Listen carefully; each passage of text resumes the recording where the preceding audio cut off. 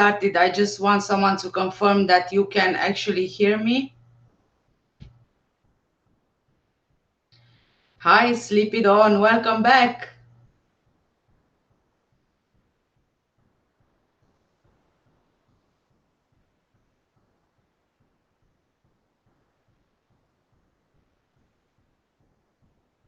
Can you hear me? Hey, JD, welcome back.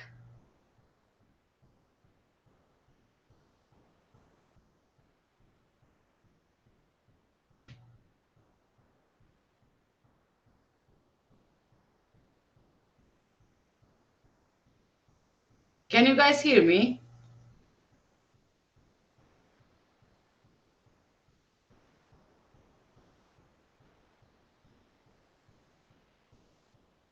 Yes, thank God for that.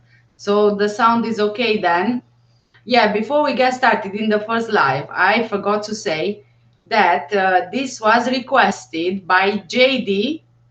So thank you, JD, for the suggestion. I forgot to mention it in the first live. So how was your day today, guys? We only managed to cover 3 chapters. So we are now on chapter 4. I'm just gonna wait a couple of minutes. Maybe someone else will be joining.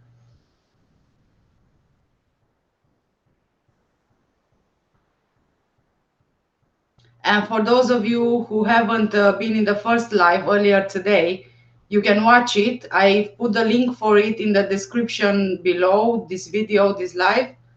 So if you want to catch up on that one first, it covers chapters 1 up to 3. Well, I was quite busy. I'm shattered if I'm honest with you, but I want to do this. So, hey, Sandy Needs. Yes, you are. Nice and early. My husband will probably just join us a bit later on. Caleb is just gone to bed. So, okay, guys, let's get started with chapter 4. The real victim is the missing child. In a criminal investigation, knowledge of the victim is essential. A physical description is not enough. Her personality, her habits, other interests, her family background, and her friendships allow a better understanding of the conditions in which the crime was committed. Knowing about her actions and her movements before her disappearance or her death also helps to determine the motive for the crime. The work is made easier when it's about an adult person with real-life experience. When the victim is a child, the information becomes more piecemeal and is not easy to define a still evolving personality. All the information about her comes from her parents, her family, their friends, employees, neighbors, and sometimes educators. It's not her actions that speak for her, but other people. According to statistics, including Great Britain, parents and close relatives are involved in the majority of cases of missing children. Certainly, that does not constitute proof. A common sense rule, however, says doubt their word, without this meaning that they are to be considered as suspects. The information they provide must be cross-checked against other witness statements in order to evaluate their veracity and credibility. The public in general, deeply touched by the misfortune that has befallen the family, they can all easily imagine the anxiety and pain that a mother or a father must feel in such a situation. Take their side right away. The investigator, however, cannot lose sight of his objectives. He has to devote all his efforts to the discovery of the truth in order to bring justice to the only true victim, the child. Disappearance and crime. In disappearance cases, the first hypothesis to be considered is that of a voluntary departure. An appeal for witnesses accompanied by a detailed description is then issued. Searches are organized immediately, mobilizing all the available resources, police forces, civil population, sniffer dogs, announcements in the media. In parallel, the investigator must not rule out the possibility of a crime. The three basic questions to which he must find answers are as follows. What happened? Where did it happen? And why? Every place likely to be the crime scene is gone over with a fine-tooth comb. Searches and inspections are undertaken to gather evidence. Meanwhile, family background, relationship with the parents and neighbors, friends, schoolmates, and teachers are the object of an extensive investigation. The victim's personality too, her habits, the games she went in for, illnesses she suffered from, all information about her might turn out to be important later on. The objective of these investigations is to make sure that the child has not been abused either physically or emotionally and that she led a normal, happy life. Who is Madeleine Beth Mccann? Other than her name and date of birth, the appeal for witnesses launched in the media to find Madeleine Beth Mccann mentioned the following description. Blonde hair, blue-green eyes, approximately 90 centimeters tall, nearly 4 years old, dressed in white and pink pajamas at the time of her disappearance. Certain details, as for example the fact that she had bare feet, were not communicated to the public, because this allows us later on to validate or rule out certain witness statements. In the course of the investigation, new details came to enrich what we knew about Madeleine. We knew that she was wanted by her parents, who had recourse to artificial insemination. She clearly led a quiet life. Like most little girls of her age, no witness statement, no detail led us to imagine that she had been ill-treated. A child psychiatrist explains that there is a huge difference between wanting a child and later raising the child. Having been wanted doesn't necessarily mean being loved and happy. It is quite possible that a baby eagerly wanted, eagerly awaited by the parents, later becomes a responsibility that the latter do not manage to assume. Consequently, the child becomes unwanted. In the course of one of her many interviews, Kate, the mother, referred to situations where the little girl seemed to represent an inconvenience. It was difficult for her to carry out everyday household tasks and even to cook because she often had to carry her around. It was a relief when her husband returned in the evening. If Kate was experiencing difficulties when she only had Madeleine, it can be imagined that they increased tenfold when after the birth of the twins. Having had to face up to these new responsibilities without much help and set aside her career to fulfill her role as a mother, it can be accepted that she arrived on holiday emotionally exhausted. Kate stated, having had a bad feeling before leaving England. Madeleine's holiday. The holidays finally arrive. Run on the beach, play tennis, relax with friends. For the parents, this diversion is certainly well earned. Madeleine's holiday progresses normally. She divides her time between the play center, where she participates in activities and games, and moments in the company of her parents and the twins. The Portuguese police are astonished that their parents entrust their children to the play leaders from morning till night. In fact, the father or the mother drops them off at 9 in the morning and picks them up at around 12:30 for lunch together. Towards 3 o'clock, the children return to their respective play center where they stay until 5:30 p.m. The leaders who dealt with Madeleine explained to us that English people consider this way of doing things completely normal. They also helped us to improve our description of Madeleine's personality, seeing her as an active and sociable child who loved her brother and sister very much, always excited as soon as she saw them coming, and very attached to her father. Other leaders described her for us as a reserved, happy, and calm little girl. She was very pretty, but what rather distinguished her from children of her own age was her reserve and shyness. On the fateful day of May the 3rd, the attendance register at the play center indicates that Madeleine arrived at 9:10 in the morning, accompanied by her father. Her mother came to fetch her at 12:25 for lunch and took her back at 2 o'clock. After jogging on the beach and going to fetch the twins, she collected Maddie at 5:30 p.m. From that moment on, no other person saw the little girl, apart from her parents and their friends.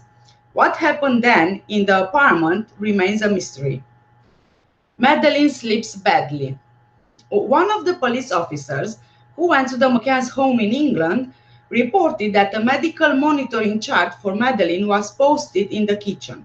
This referred to her sleep problems and made clear that she was waking several times in the night. The paternal grandfather stated that Kate gave the little girl and also the twins Calpol, a medication designed to facilitate falling asleep. That seems to be a common practice in Great Britain. They even talk about a Calpol generation. In recent years, the possible presence of an antihistamine with sedative effects in Calpol has aroused great controversy. Recently, the same lab put Calpol Night on the market, whose ingredients clearly list that it contains an antihistamine. The mother admits having taken some to Portugal. She insists, though, that there is no calming effect. It's being composed solely of paracetamol and that she did not give any of it to her daughter during the holiday. At the time of her disappearance, Madeleine was sleeping in the same room as the twins. The latter, in spite of the noise, the mother's screaming, and the comings and goings, did not wake up, as if they had been given sedatives. Would there not be a link between that difficulty in falling asleep and Madeleine's tragic end? Blood markers on the wall behind the sofa. Other than her sleep problems, it is possible that Madeleine suffered from an illness, a hypothesis that was never confirmed. Immediately after the discovery of traces of blood in the apartment, the mother, in the course of an interview with a Portuguese magazine, revealed that Madeleine had had a nosebleed, but the bleeding could be associated with certain pathologies. Her parents have always insisted that Madeleine was in good health. The medical files requested several times from Great Britain were never sent to us. This could have been deciding factors. Why didn't we have access to them? We never knew the truth of the matter. It's deplorable that the British legal system could be quite so uncooperative in this type of situation. In the course of the investigation, a doctor pointed out to us that Madeleine had a mark in her eye, described by some as a coloboma of the iris, which can be associated with other disorders, for example, cardiac insufficiency. In spite of repeated requests to the British Medical Association, we were never able to confirm that hypothesis, a simple photo not being sufficient to establish a medical diagnosis. And this is end of chapter 4. So I'm just going to catch up on the comments now.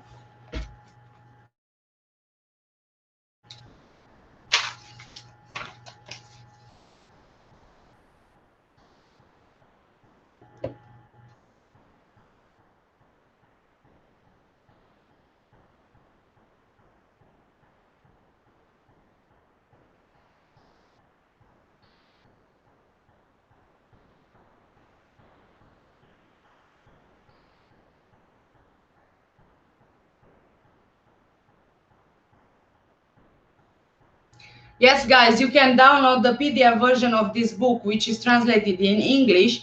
It might be at times that you will find the book available in English also on eBay. This is how I bought it, but it was just by chance, because when I bought my copy of eBay, there were only a couple of copies available only. And next time, after I published the video, one of the videos about the book, when I was trying to add a link so you guys can buy it as well if you want, it wasn't available anymore. So it's very difficult to get hold of the paperback copy of it. However, there are a lot of PDF versions which are available for free online, and also you can buy the PDF version from eBay as well.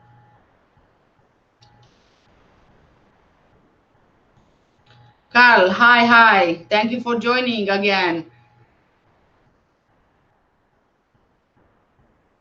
Hey, Debbie, thank you for coming back. Mohammed, you are drinking tea. Good. I hope you enjoy it.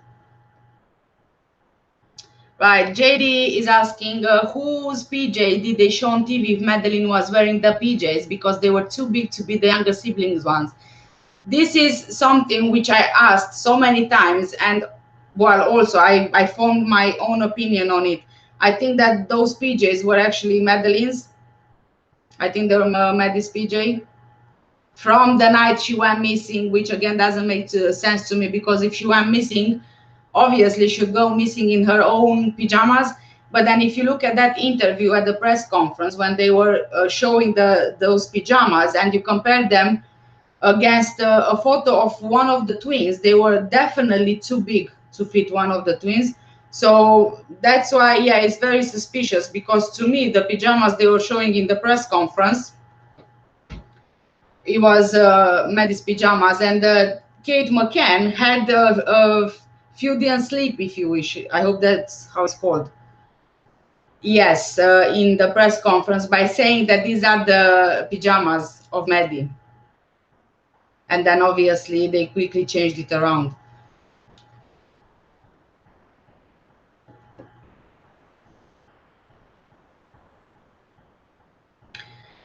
Karen, hi. Thank you for coming back.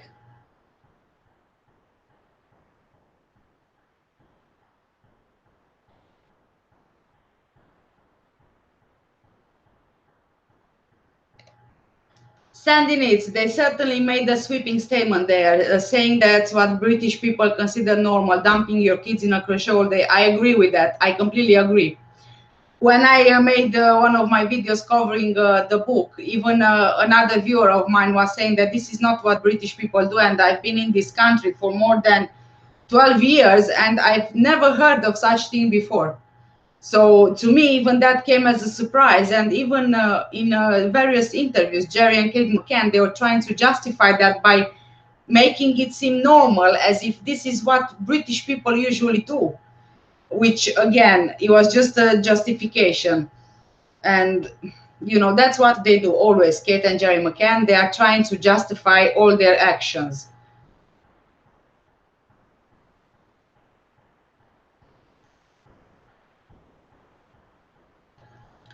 Sleepy Dawn, news to me. I can't remember using that with my 3 children. I've never used that either.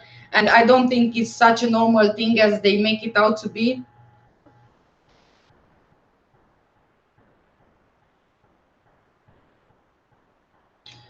JD, I agree, sending it. Even got TV people to say that normal to leave children behind. You know that you know what? At that point, I think that this case was so much in the media, and it was so public that probably it came a point where people believe that it's completely normal to do that. And I think that that's why even people on the television, on the telly, were saying that you know, it's normal, everybody does it, there's nothing wrong with it, because nothing happens with the kids. But all I see only wrong with it, being wrong with it, especially children of those ages. You don't leave them alone in your own country, let alone in a foreign country where you don't know anything really.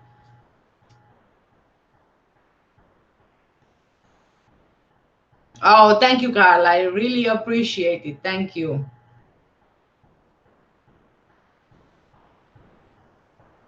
Sandy Nitz is saying, strange, she only remembered the nosebleed after the blood was found. Yes, I agree. If they wouldn't mention blood being found, I don't think she would mention any nosebleed either. And I don't think that a nosebleed is in such a way that those droplets would be where they were. Plus, why only behind the sofa? You know, why only was she bleeding from her nose only in those places where blood was found? And when you, I don't think that when you bleed from your nose, you bleed in such a way that you actually leave droplets. And usually it's how can I say, It's like a defense mechanism. I don't know another word for it right now. I'm missing it. But you see your kid, yeah, with a nosebleed. Don't you go and try to stop that nosebleed? You know, it's just human nature, really. You go and stop the kid from having a nosebleed. So I really don't. I don't buy. I don't buy it. I don't.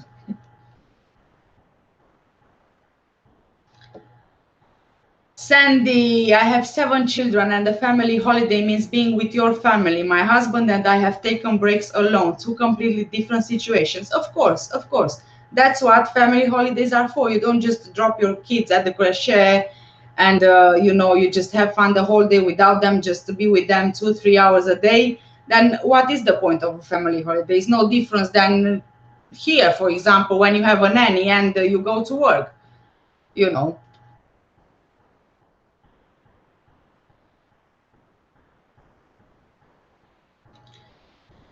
J4MM, thank you for joining. Hi, hi. Yes, I'm fine. Thank you. How are you? Mohammed, this is the way I usually speak.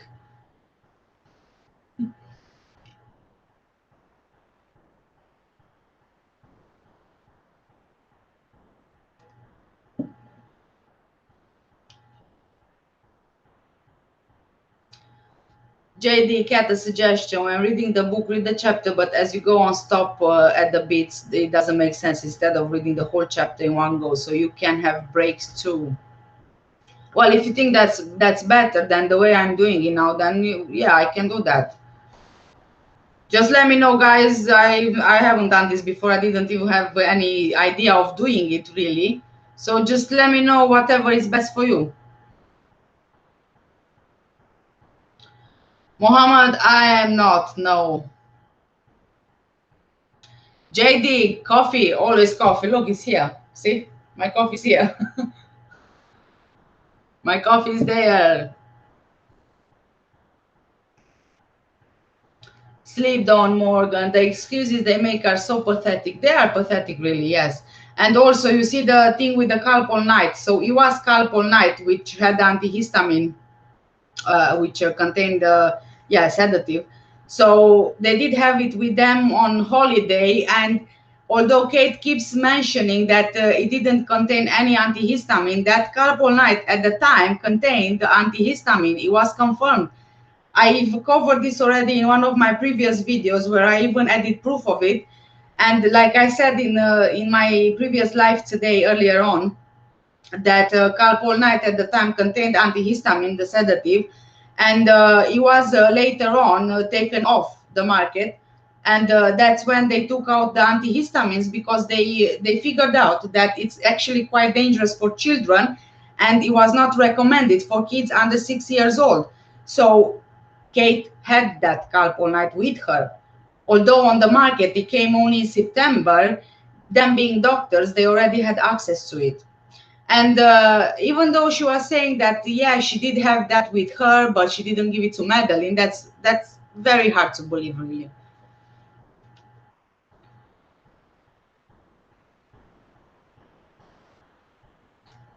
We can discuss each juicy bits in book at a time. Okay. Okay.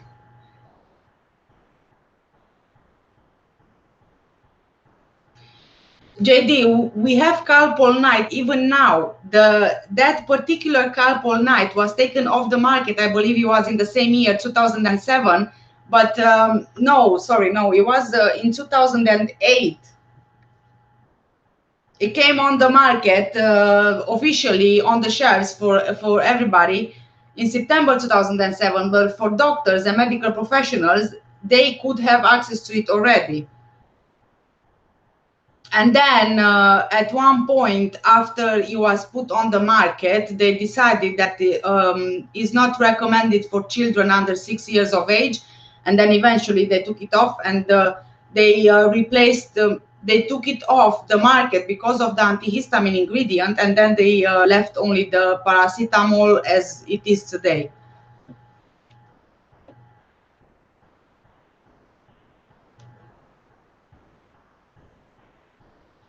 Sandy, I think letting us comment as you read the chapter works well.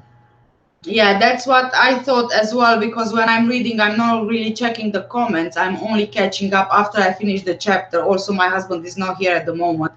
So, well, I'll try to work it out somehow.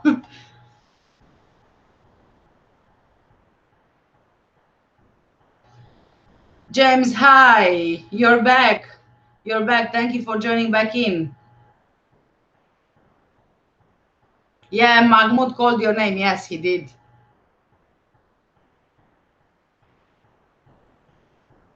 Sleepy, I like doing the live like we are doing it now. Okay, so at the moment we have more votes for carrying on as it is.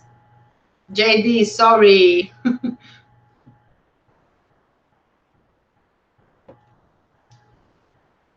Okay, I think I, yes, I think I am ready to carry on with the next chapter, chapter 5. There are a couple of them which are quite short and then a few which are very, very long. So, the days that followed. 72 hours have gone by. All those involved in the investigation are feeling a deep sense of frustration, but it's not a question of throwing in the towel. We need to bring new motivation to the teams and keep the investigation going at the same pace. The arrival of the English police. On Monday, May the 7th, we start to welcome our English colleagues from Leicestershire, the county where Madeleine and her parents live.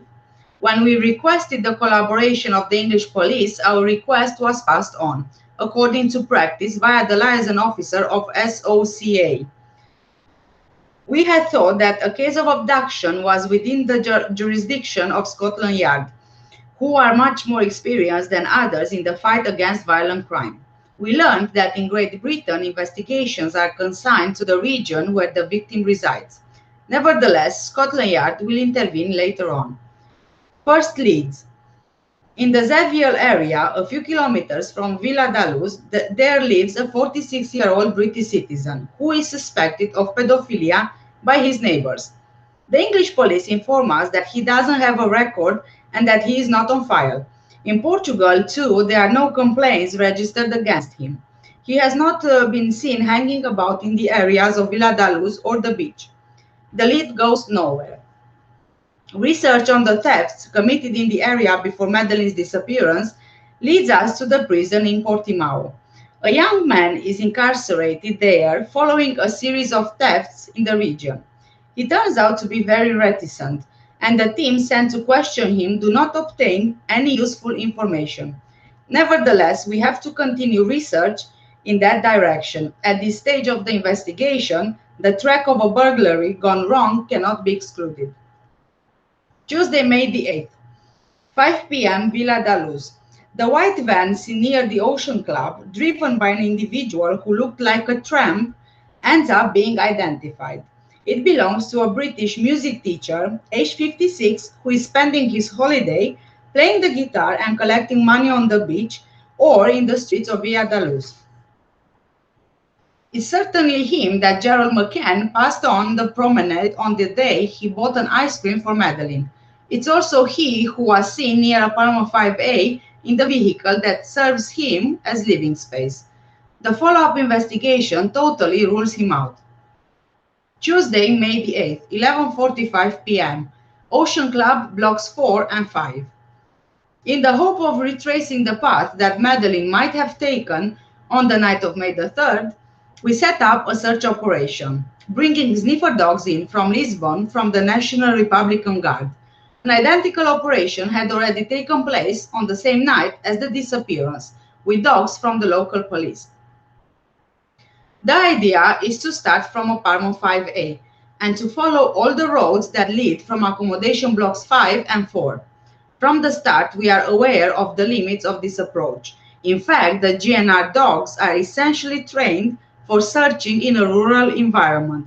In addition, the persistence of bodily odors diminishes after 48 hours. We get them to sniff a towel, which, according to Kate, was used to dry Madeleine after her bath. When the dogs finish going along block 5, when logically they should have been heading for block 4, they suddenly turn to the left. They then follow the path at the back that separates the apartments from the leisure area. They go quite a long way in that direction. Even if the reaction of the two dogs coincides, the trainers cannot draw any definite conclusions. In fact, it's already been more than 2 days since the disappearance. What they can state with certainty is that Madeleine went along there without being able to pinpoint the date. Gerald McCann confirms this claim. He took that same route with Madeleine a few days earlier. Madeleine is spotted all over the world. From the moment Madeleine's photo is circulated in the media, her presence is reported to us from all over the place. In Portugal, first of all, then in Spain and in Morocco, then all over Europe and even in Latin America. Like a circle, getting a bit wider every day, whose center is Villa da Luz. Almost simultaneously, she is in Zurich and on the corner of a Rio de Janeiro street. Faced with this tidal wave, rules have to be established, because it's impossible for us to check everything. So, the local police have to check the veracity of the witness statements and take all necessary measures. Viewing CCTV images, lifting fingerprints, DNA profiles. From May 11th, the Moroccan saga gets going.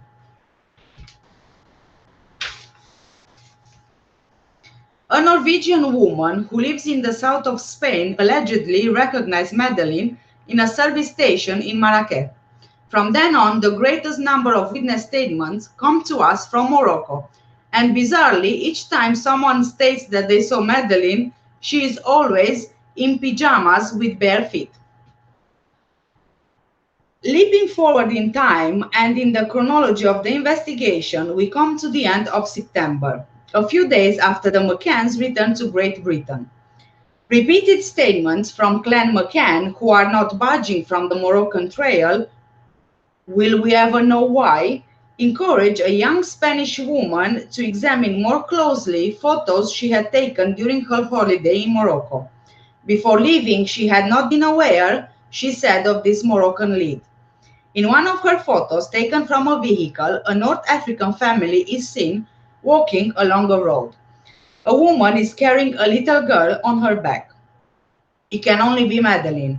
Someone tells me about this witness statement and wants to know what I think. I have obviously still not seen the photo, and even so, I respond convinced. Unfortunately, it's got to be a mistake. We asked the Chief of Leicestershire Police, Stuart Pryor, where he is up to with it. He explains that the English police, after having seen the photo, immediately submitted it to the McCanns, asking them if they recognized their daughter, to which that they replied with a perhaps. Incomprehensible, to say the least. We are shocked by the behavior of the English, who took that initiative without consulting us, the people responsible for the investigation, which is all the more ludicrous given that the McCanns were already considered as suspects. That way of doing things disrupts the strategy adopted for the investigation, which the Portuguese and English police agreed on. It's only in the morning, papers the following day, that I get to see the photo. There is a group of people, hold on, it's only in the morning papers the following day that I get to see the photo.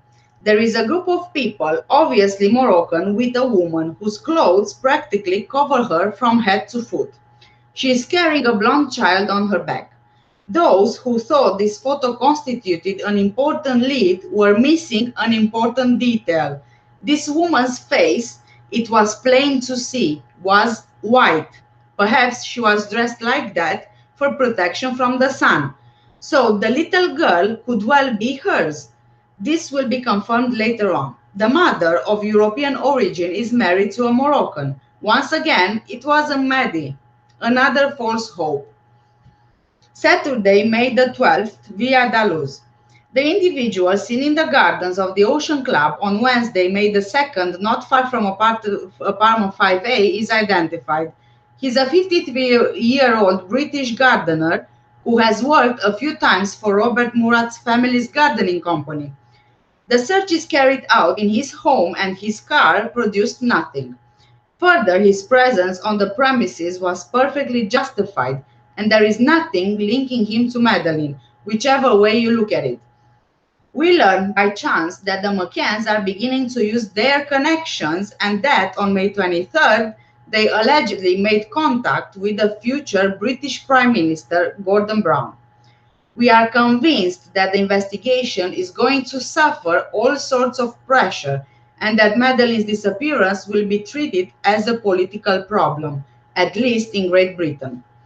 In spite of our having hundreds of pieces of information in our possession, we begin to realize that there is still some missing. At this time, everybody is aware of the theory of abduction. Residents and tourists present in Via da Luz on the night of May the 3rd have heard about this stranger who was allegedly seen going around the streets with a child in his arms. It wasn't ruled out that the man could be a local, quietly going home carrying his sleeping child.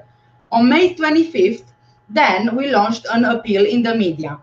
Anyone having seen an individual corresponding to the description given by Jane Tanner should contact us. No one responded.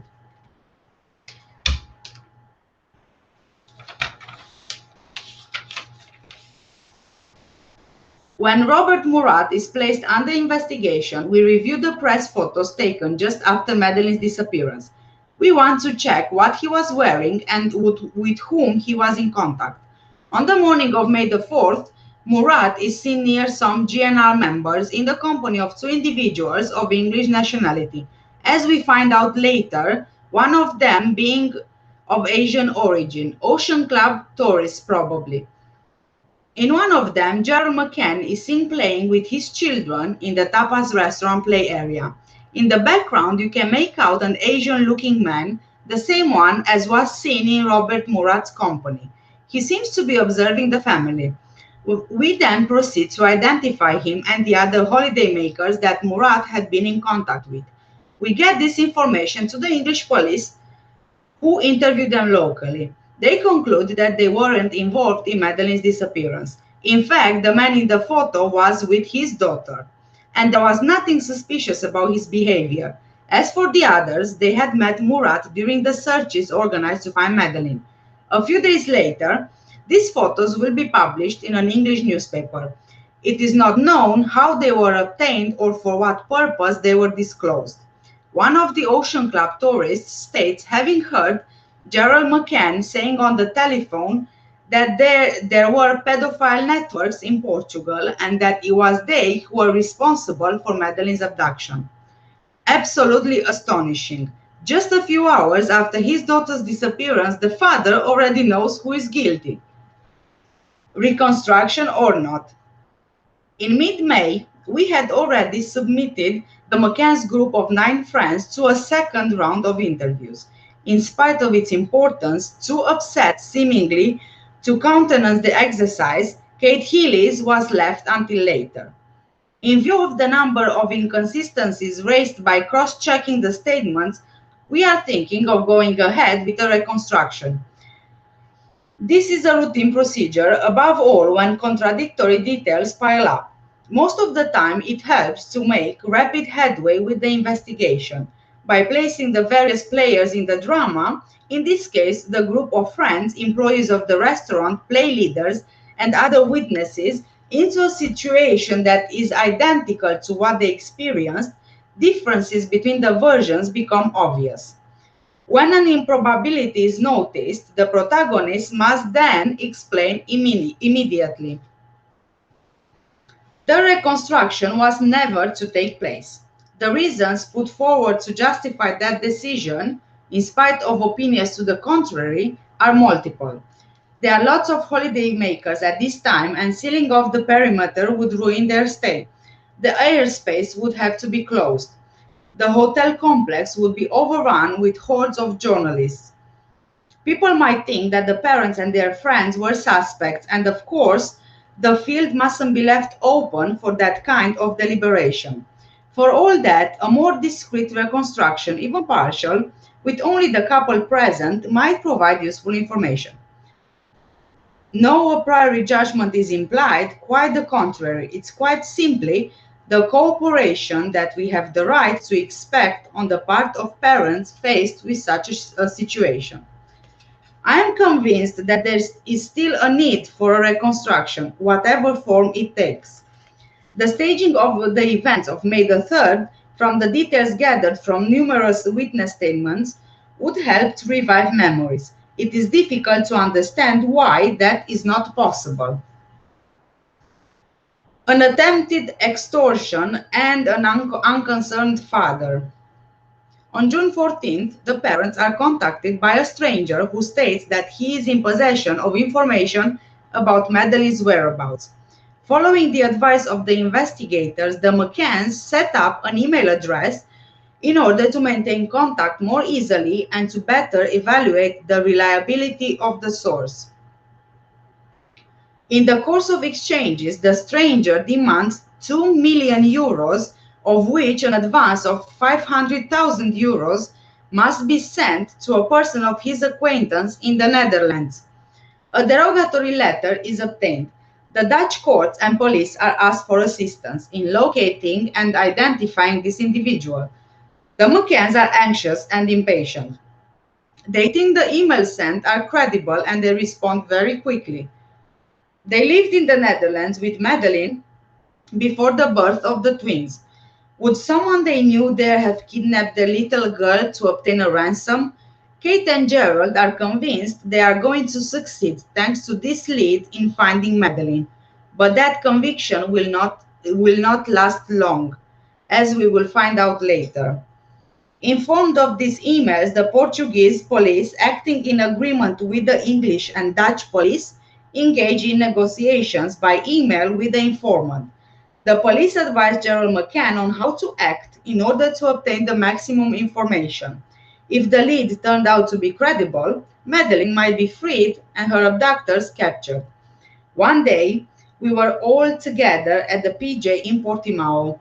Inspectors and negotiators, members of Scotland Yard and the Leicestershire Police, waiting for a contact to define the place and the conditions for the handing over of the money in Holland. When the tension was at its height and we were all holding our breath, Gerald McCann displayed a nonchalance that surprised all of the police officers present, including the English. The atmosphere got heavier as the waiting drew out, but McCann, relaxed, was reading trivia on the internet and discussing rugby and football with the English police while licking a lollipop. On the telephone, he laughed with friends who called him. Perhaps this was nervousness. Sometimes it's totally displaced given what is at stake at the time. His attitude shocked. When 2 days later, the Dutch police informed us that the individual had been arrested, that he was not holding any information and had lied from start to finish with the whole objective of extorting money from the couple, we were not surprised. Did Gerald McCann know that this lead would take us to a dead end? Is that the reason he appeared to be so nonchalant, or was it due to the coldness that he never lost throughout the investigation? An attitude that made one of the English police officers say, "Don't forget, he's a heart surgeon and he cuts people open before breakfast." And this is the end of chapter 5. I'm going to jump on the comments now.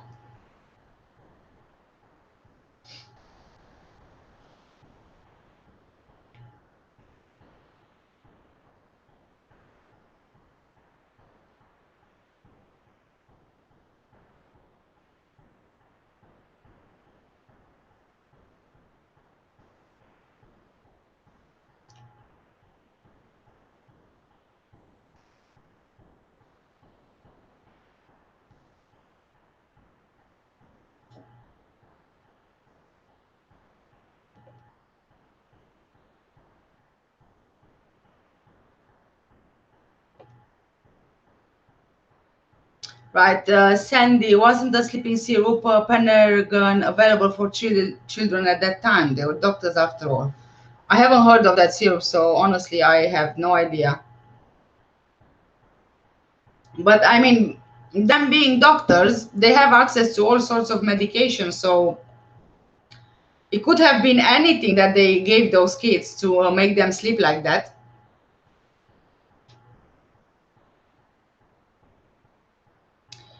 JD makes me think if the kids were on a pharmaceutical trial and Madeleine hurt herself and the government involved due to having invested money in that company, so cover up works. Yes, that can be. Yes, that can be a possibility. And that can be one of the reason why there would be a government cover up. I was also thinking about the idea that what if she had the condition and there was nothing in the UK, no treatment available in the UK. However, there could have been something in Portugal, which was not quite legal, but they wanted to give it a go anyway. And if maybe something happened because of that trial in Portugal and because it was not legal, then obviously the body couldn't have been found. Because if a person dies in strange circumstances, they would perform an autopsy. So obviously at the autopsy, then they would be able to see all the problems. I mean, honestly, I wouldn't be surprised at anything really in this case.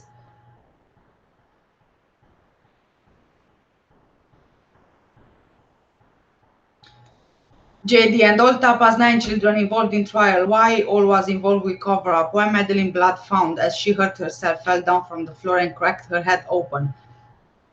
There is also another option, that carpal night. I keep going back to that because if she truly had a coloboma of the iris, excuse me, if she had the coloboma of the iris, that combined with the antihistamines from the carpal night can give her heart palpitations, dizziness. If her coloboma of the iris was severe in the sense that she had light sensitivity, that also combined with the medication can give her dizziness, heart palpitations to the point that she can even have a heart attack from it. So that can be quite dangerous, all those things combined. If she did have a coloboma of the iris with a heart defect, that's what I mean, because at this point we can only speculate as we don't know anything about her medical records. And even the Portuguese police couldn't get anything, any medical records of hers. Also, what surprises me is that all those children in the Tapas 9 group, and not only, more of the children in the guest list, in the checking guest list, they were of very similar ages, if not the same ages, and most of them looked very similar to each other. What are the odds that you find that, in a whole group? Again, this is another thing which I find a bit strange.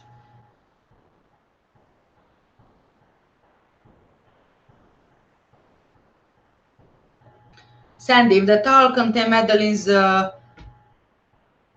doll from her being dried with it, why did they have to come back to the UK to collect something with her DNA on it?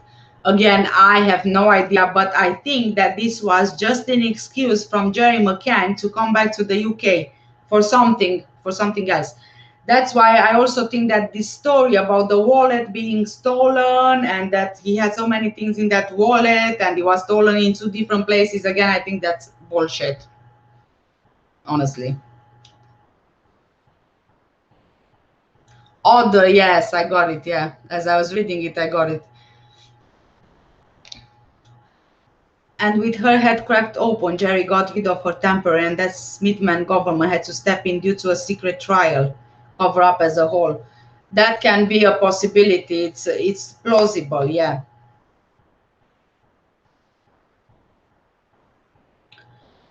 Debbie is saying all sightings were fake, just trying keep up the abduction theory. Yes, I think that all those sightings all over the world, they were fake, and they were, yeah, to keep up the abduction theory, and they were also designed to distract from the investigation, possibly the police to spend time and resources on fake leads, and then that would take attention from the McCanns, further and further away from the McCanns, because ultimately that was the purpose.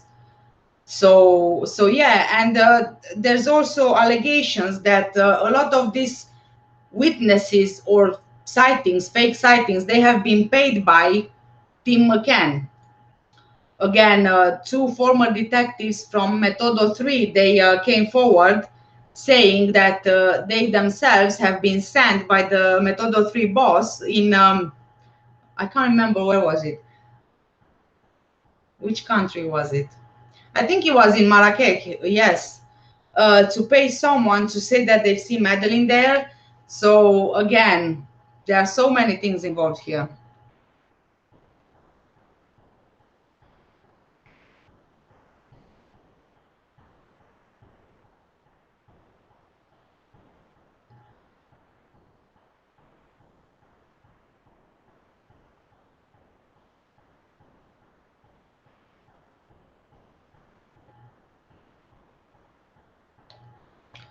Jerry got rid of her in panic, I think. Logically, as a parent in panic, you would be under pressure to act strange or odd. Where was Jerry between 9:15 to 10:41 when the call was placed to the police?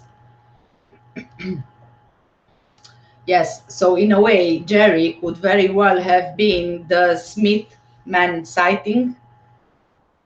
Um, there were also some, in some places that I've read, it is possible that the alarm was raised too quickly, and it's possible that Jerry McCann was supposed to be at the hotel when the alarm was raised, but so for some reason Kate raised the alarm too soon, and she didn't wait for confirmation from him that he's back from wherever he's been, because he's been missing for quite some time.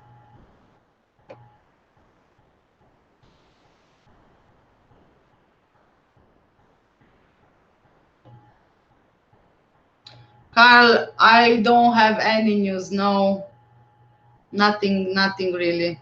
Apart from what I said in my previous live today, that there will be a new documentary.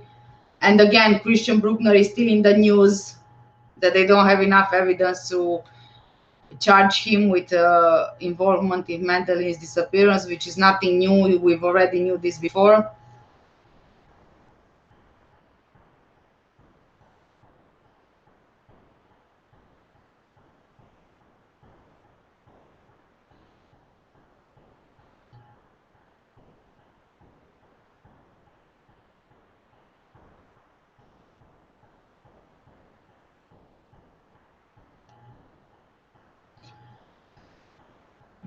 Sandy, so strange they have consistently refused to accept she is dead when they accept it so early after her disappearance that she may be in the hands of pedophiles. Shocking, in my opinion.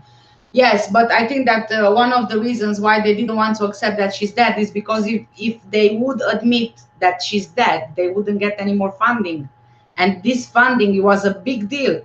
I mean, it's over 13 million pounds. Obviously, they won't be saying, oh, you know what, she's dead, whatever, you know. They can't be saying that. They will try to keep on, you know, pushing that she's been abducted, and they still have hopes that she's still alive, because for as long as they keep the rules going of her still being alive, they can keep on requesting funding. And as we've seen over the years, they've always received more funding, and it's still going. Honestly, I'm still asking that question: when will it stop? When will the funding stop? Because I think that people already at this point had enough.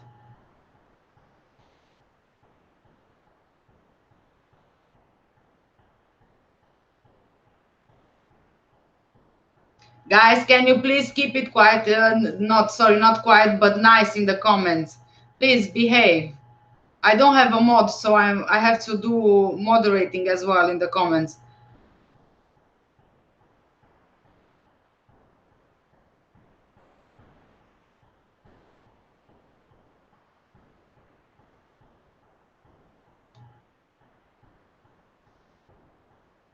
I'm not sure, Carl. I'm not sure. I know I've read your comment on there that you asked me who is doing that. Are you talking about the new documentary? I'm confused. Confused.com is late, sorry.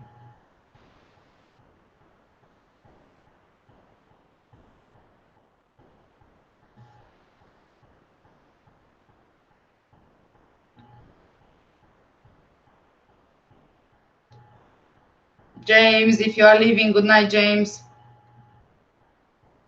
Hey, Robert.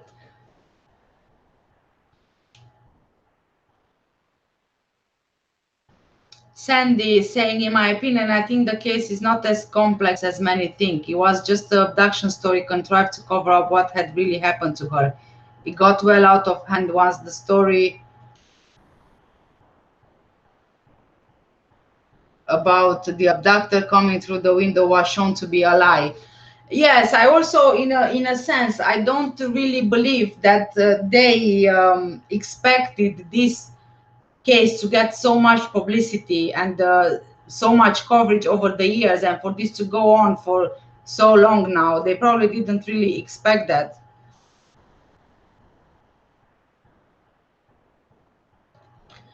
Les is saying several witnesses said the alarm was raised at 9:20. Yes, yes, I've read that. A lot of witnesses are saying that, and I believe that those statements are in the PJ files as well, of a couple of them saying that. But obviously that wouldn't fit with the timeline of the McCanns, would it? So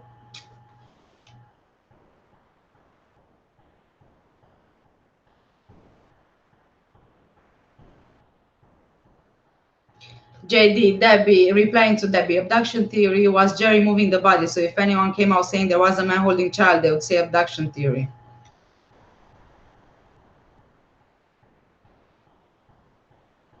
Hi, Cleo. Thank you for joining. Thank you, Mohammed.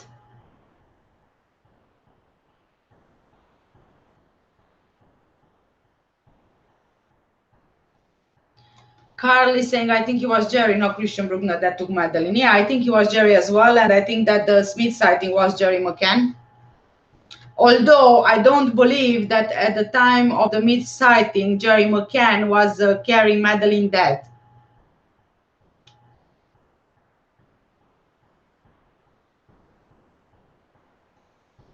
Robert, when the window story by Kate was disproved, she later said they kept the patio doors unlocked.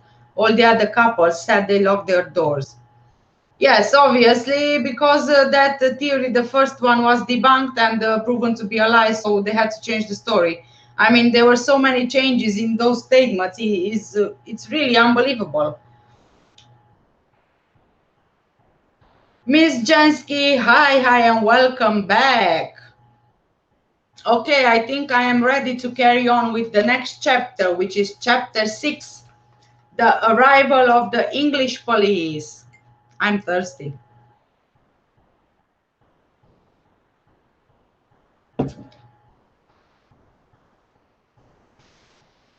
After Madeleine's disappearance, the first English police officer whom we welcomed to the Portimao Department of Criminal Investigation on May the 5th is Glenn Power, liaison officer to Portugal. The brief of this police official attached to his country's embassy is to facilitate communication between police forces. This is one of a number of pivots on which international police collaboration relies.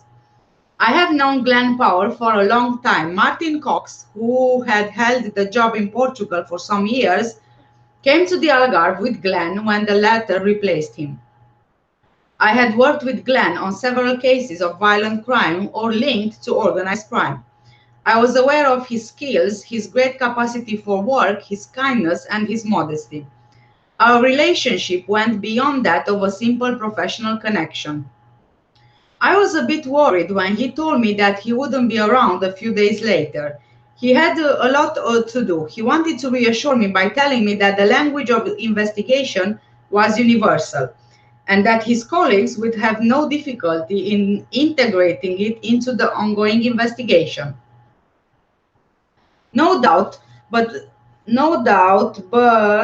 oh, I lost the, oh yes, oh my God. No doubt, but personalities are important, as is the information committed to memory, knowledge of the details, the cross-checks that allow us to be responsive to the slightest indications. It's for that reason that, in general, the makeup of the team remains the same from start to finish of an investigation. 2 days later, English colleagues begin to arrive. The main idea was for the English police to place at our disposal two specialists in family supervision and support to be the link between the Portuguese investigators and the McCanns.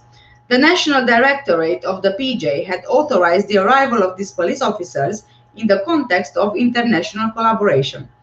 Bob Small, an officer from the Leicestershire Police, and one of his colleagues meet us to take stock of the situation and evaluate the needs of the investigation before making contact with the couple. We insist on knowing what our English counterparts have come to Portugal to do. I assign one of my investigators to follow the English superintendent like a shadow and to keep me informed about his actions. I want to be informed of everything he learns, the names of the people he meets, and the place he goes to. Then, the two police officers arrive, who are assigned to psychological support and communication with the family. Little by little, the number of English police officers grows exponentially. We place at their disposal a room next to our crisis unit, Task Portugal. These are specialists from various police services, including Scotland Yard. Special surveillance teams, as well as information and telecommunications technicians, turn up with their laptops and various high-tech equipment. Others will come to join us, notably profilers. They will develop a profile of the alleged abductor from which a number of possible scenarios will be constructed. The analysts trace timelines and patterns of connections based on the witness statements gathered. They produce giant summary boards that cover the walls of the offices. They attend all our meetings and collaborate in decision-making. They are the intermediary through which requests for information are sent to Great Britain, and it is they who receive the responses and inquiries. On May 14th, Kate Healy is indignant about the attitude of the liaison officer, who asks her where her daughter is. Neither she nor her husband accepts anyone doubting their word. The officer will be sent packing, and his colleague too, a week after his arrival. That attitude is, to say the least, shocking on the part of parents confronted by such a situation, that, what is more, is in a foreign country. Those two police officers, who distinguished themselves through long experience in the management of situations of kidnap and abduction, had been, all the same, entirely at their disposal. They provided daily logistical and legal support and afforded them all the help they could have needed. Curiously, the English do not consider it expedient to disclose the incident, and the PJ are not informed. Myself, I only learn of it indirectly. Finally, a solution is found quickly. The two men are replaced by a Portuguese man who speaks fluent English. During this time, the Leicestershire police continue to receive a considerable number of inquiries that they have trouble sorting and analyzing. On May 15th, Inspector Ricardo Paiva is sent as reinforcement to the English, who, he says, welcome him warmly and feed him on tea and cakes. Most of the bits of information received from all over the world are of no interest. So there is no reason for follow-up. People allegedly recognize Madeleine or claim to know exactly where she is. Seers, clairvoyants send very confused messages to police, some well-intentioned, others less so. Rapidly, the sophisticated computer system for managing calls is overloaded. So much effort and so much money spent financing the appeals in the press for witnesses leaves us wondering. We are not convinced of the expediency of this method that consists of requesting help from the population to resolve a case. On Tuesday, June the 12th, Bob Small and Chris Eyre, head of the Leicestershire Area Police, go to Faro for a meeting, which Guillermino Encarnaco, Luis Neves, and myself also attend. We need to make a point about cooperation between police forces and set out the latest requirements. Everything seems to go well. We are aware of the incident between Kate and the liaison officers, but it is not brought up. We have the impression that the politically correct hypothesis of abduction is still favored, but that other possibilities are not being ruled out. As time went by, we noticed that a certain number of the police officers sent to Portugal were poorly informed about the progress of the investigation. One of them, who, like the majority, was coming to Portugal for the first time, was wearing a green and yellow rubber wristband bought for £2, which he played with nervously. The inscription read, "Look for Madeleine." Some of his colleagues told him that he would soon get rid of it. As a matter of fact, he took it off as soon as he got properly into the investigation and he had learned about the evidence placing doubt on the theory of abduction. And, oh, I thought I finished the chapter. No, there's a bit longer. Okay. Suspicious behavior and contradictions. The Murat case. On May the 10th, the crisis unit's meeting goes on until 2 o'clock in the morning. I receive a phone call from Sofia, who insists on my going home. Our Shih Tzu dog is dead. She found it that morning, lifeless on the ground with a head injury. She did everything to make sure the girls did not see it, but she didn't have the courage to remove him. When I arrive, everyone is already in bed. I place the Shih Tzu dog in a plastic bag, not sure about where I'm going to be able to bury him. The ground is hard here. It's not easy to dig a hole, and I hardly have the time for it. I decide to drop his remains into a bin. The animal is small, but he seems to weigh more than usual. I use my car to take her. As I'm getting rid of it, I realize just how easy it is to hide the body and how difficult it is to bury. When I get back, I discuss it with Sofia. She is afraid. She asks me to abandon the investigation and to worry about our daughters rather than other people's. For her, the dog's death is a bad omen. I reply that she is unfair, that her fears are irrational. Justice must be done for Madeleine, as for all other children and adults. It's my duty as a police officer to seek the truth so that justice may be done. At around 8 o'clock that morning, I drive towards Portimao. I could drive with my eyes closed. This helps me to focus on the latest developments in the investigation. All I notice is the impasse we find ourselves in. I have the impression that we are chasing a ghost. The previous night, we had reviewed Jane Tanner's witness statement in detail. The individual whom she saw parading around in the open street with the child he had just abducted seems less and less credible to us. And where would he go then? If, as we have assumed, he didn't have a vehicle, he must have hidden in an apartment in the area. On the route he took, there are several apartment blocks and 2 houses. They were all searched on May the 5th, but nothing was found.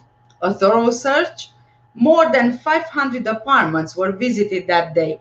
In those conditions, only a general examination can be conducted, except where something seems suspicious.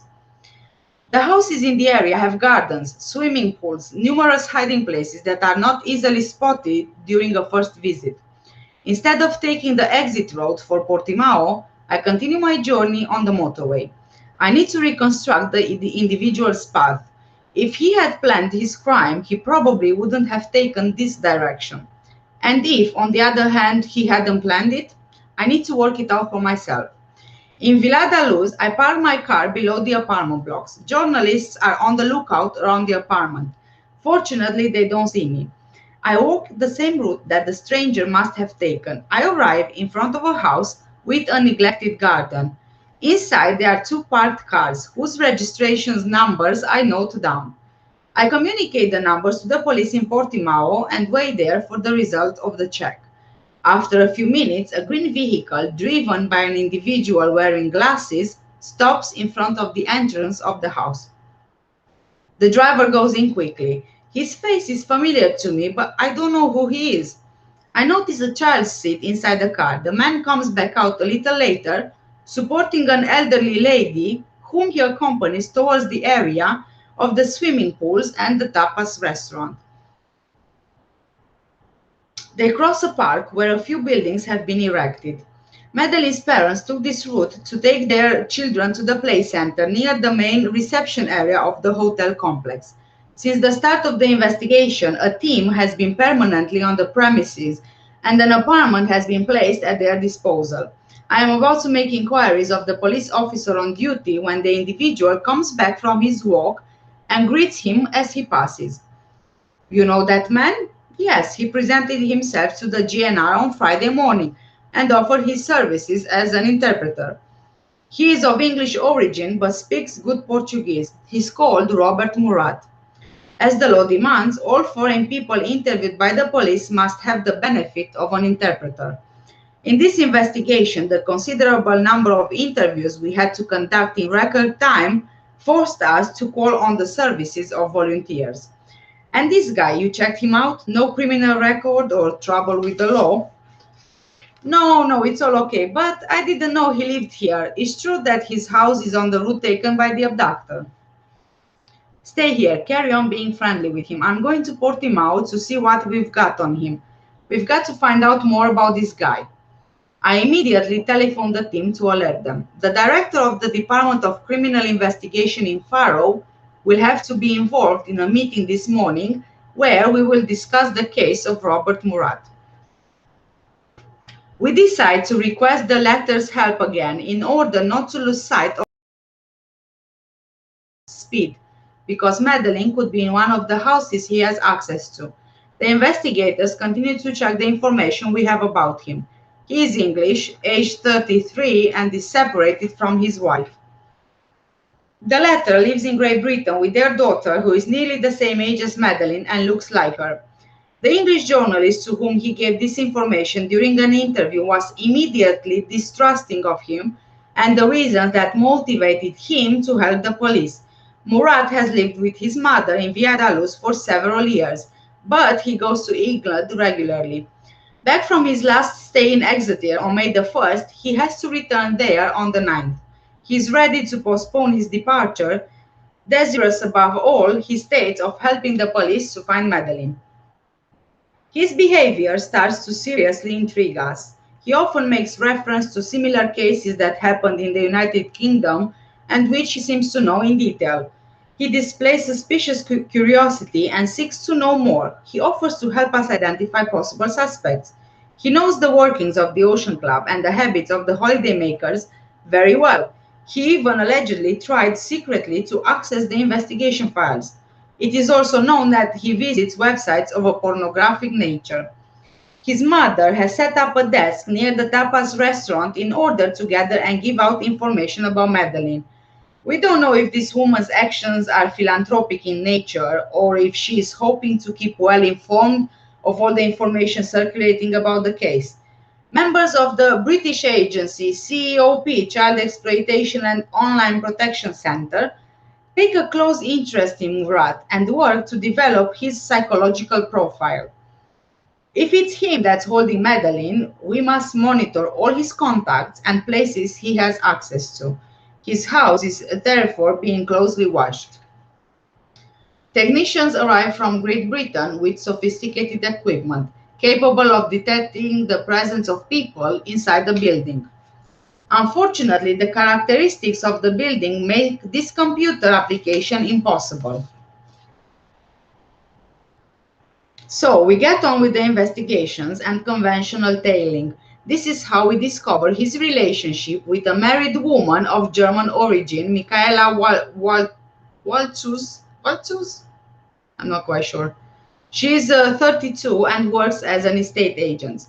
She is the wife of Luis Antonio, a Portuguese man aged 33, a technician responsible for the maintenance of swimming pools.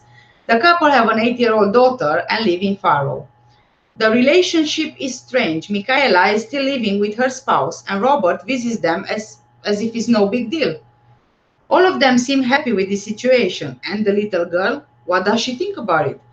On May the 12th, the suspect rents a car, in which he drives kilometers over rough tracks for basic essentials. He explains later that day his mother had needed his car for her information desk. We are assuming that he noticed he was being followed. We then decide to search his residence and the vehicles he uses.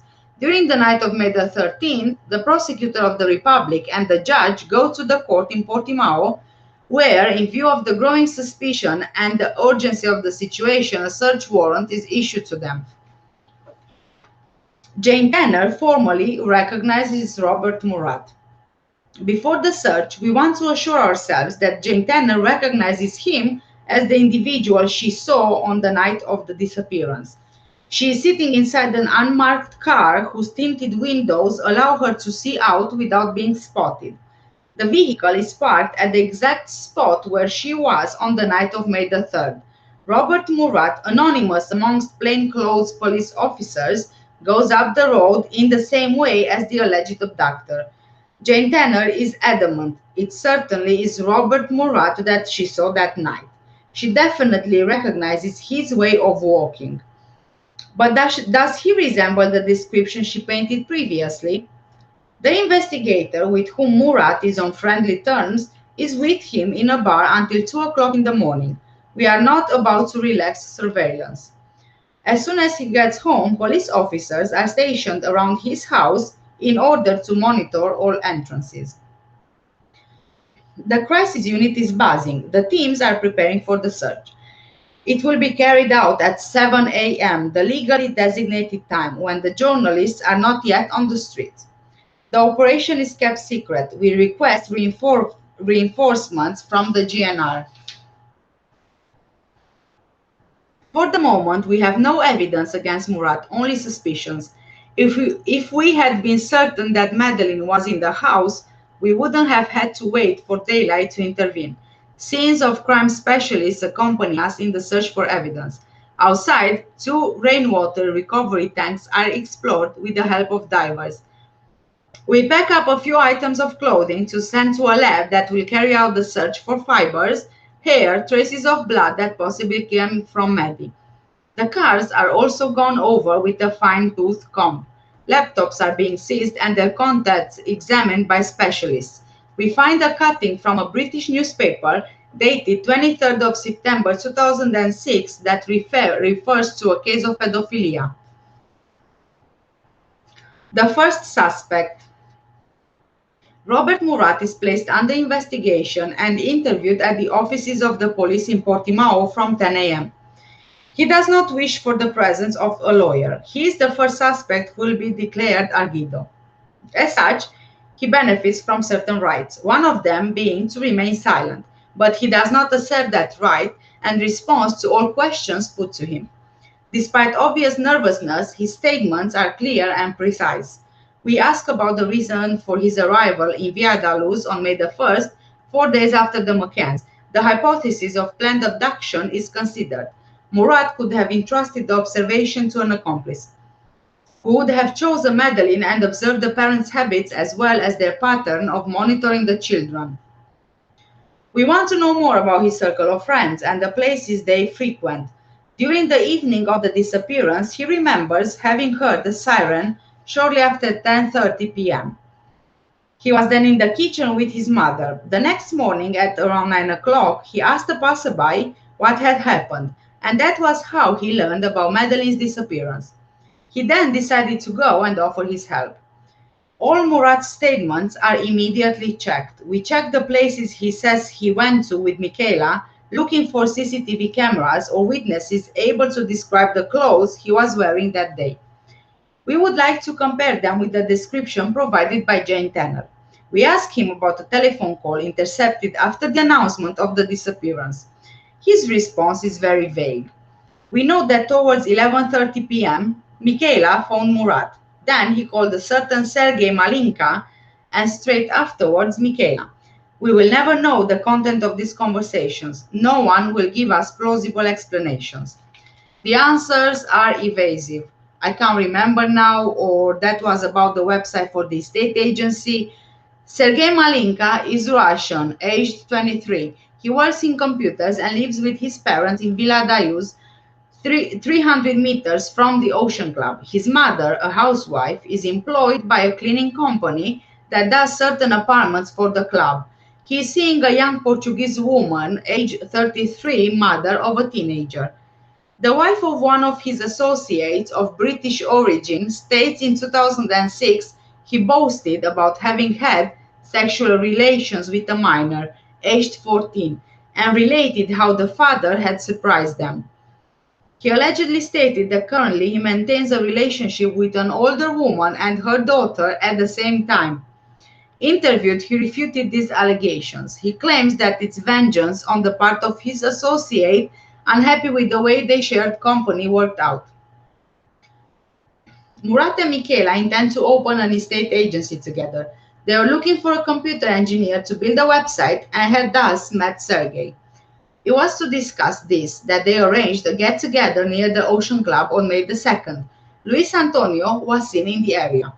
Was he watching his wife? That speculation is hardly credible since he seemed to accept his wife's relationship with Murat. On May 14th, the home and vehicles belonging to Michaela and Luis Antonio are searched. The couple are interviewed in the afternoon. Michaela hints that she suspects her husband. Luis Antonio, as a person responsible for maintaining swimming pools, has access to a great number of hotel or private residences spread throughout the da Luz, but in spring, oh, spread throughout the da Luz and Lagos area. Oh, what is happening? I'm losing here count. Certain buildings are closed for a good part of the year, but in spring the pools are prepared before the summer season. Searches are ordered of all the residences concerned without success. No trace anywhere of Madeleine. We're back to square one. The discovery of a key at Murat's house revives the hope of finally getting a lead. He tells us that it belongs to Michaela and that it must have been dropped accidentally. Where was that key before it was found at his house? In Michaela's pocket? In her bag? We learn that it opens the door of a garage where Luis Antonio stores his maintenance products. A team is sent immediately to the part of Lagos where this garage is situated. The search proved as disappointing as the others. Nothing is found. Once again, no evidence of Madeleine's presence. For the profilers, Murat is the guilty party. Since Murat's first interview, which they attended, the specialists have continued to refine the profile of the suspect. They have heard about the statement from one of his so-called childhood friends who has a police record. According to him, Murat had an affirmed penchant for bestiality. He recounted his attempts at sexual relations with a cat and a dog. Subsequently killed, he states, with cruelty. Moreover, he allegedly attempted to rape his 16-year-old cousin. This individual describes Murat as someone violent with behavior problems, a sexual pervert, sadist, and misanthropist. We are somewhat skeptical. All the same, according to the English profilers, there is a 90% chance that he is the guilty party. That seems to us to be a bit too easy. We think that drawing conclusions based essentially on the statement of an ex-convict is rather dangerous. The McCann family's friends seem to suddenly recover their memory. All, all of them, Rachel Manfili, wife of Matthew Oldfield, Fiona Payne, wife of David Payne, and Russell O'Brien, Jane Tanner's partner, recall having seen Murat on the night of May the 3rd, shortly after the announcement of the disappearance, in the immediate vicinity of apartment 5A. Meanwhile, of course, Murat's picture has been shown on television and in certain newspapers. They themselves were in direct contact with him during the previous days. However, it is only on May 16 that they delivered this information to us. As for the officers of the National Guard who were on the spot, they didn't see him that night, only the next morning, when he came to offer his services as interpreter. On July 11th at 10 a.m., a confrontation is organized between the witnesses Rachel Manfili, Fiona Payne, and Russell O'Brien, and Robert Murat. Nothing new comes out of it. The former persists in stating that the suspect was definitely in the area of the night of the disappearance. Murat denies the whole thing and even accuses them of lying. Each side stands its ground. The only positive aspect of this meeting, the McCann's friends undertake to return to Portugal for the purpose of the investigation. That will not happen. End of chapter 7. This was a long one.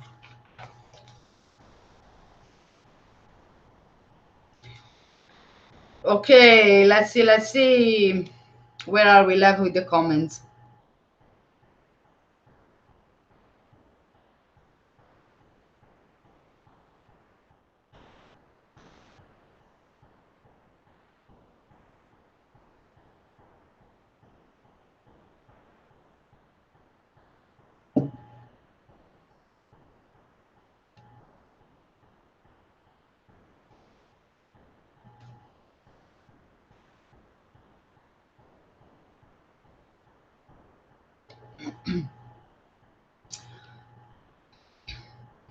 I can't remember where I left the comments, but I'll start with this one.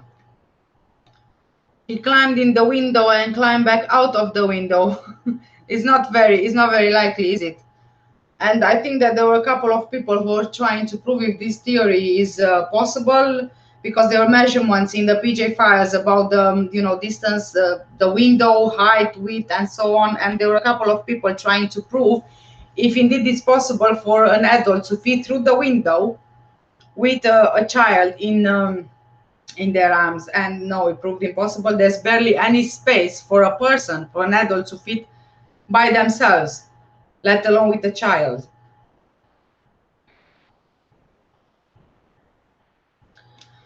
Sandy, all the initial reports from the family friends said the abductor broke the shutter and came in through the window.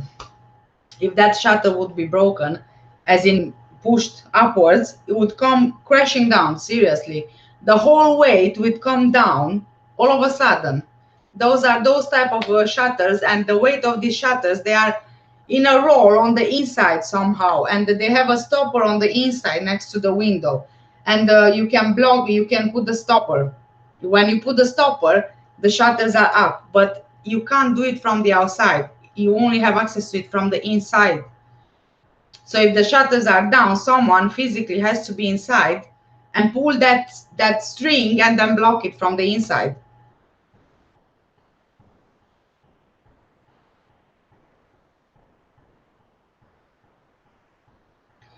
Mohammed, I'll sleep listening to Ed the Gein story because I get used to it every day. Well, that's disgusting. That's a disturbing story right there. I do have it on my channel though. I made a video about it, about the Ed Gein, who made furniture out of human remains. JD, lol, so the patio door opened and the kidnapper used window, and one big thing we all forgot. Remember that mother of the Tapas 9? How did he know there wasn't an adult in the apartment thinking outside? Yeah, go figure. So you leave the patio door is open, but the abductor is using a window, which is the hardest option of the two for him to get out as soon as possible. Yeah.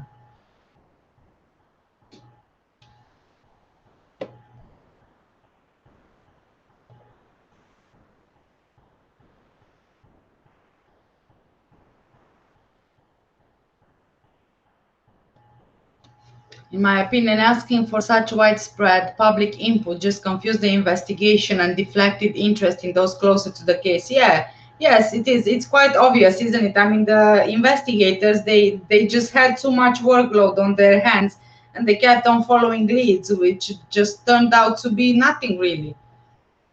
Nothing came of it.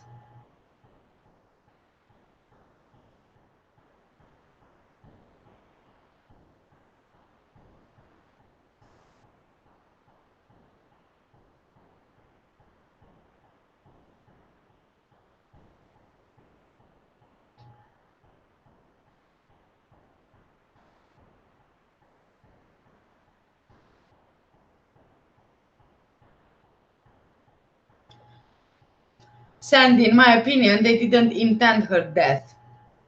But the abduction was the way to avoid answering for what actually happened. She was dead before the night the alarm was raised. Yes, I do believe that. I tend to believe that she was dead before that night when they said it happened, and potentially if the last, the last trustworthy sighting of her was on a Sunday, let's say for example, they would have had 3-4 days to get everything ready, to get all their stories straight and things like that. So I don't think that they did it intentionally either.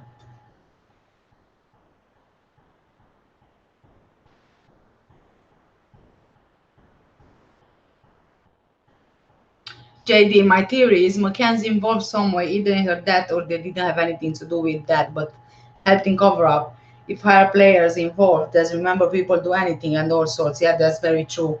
And I do think in a way that there would be higher people involved here. Otherwise, I don't see a justification for the government helping in the cover up.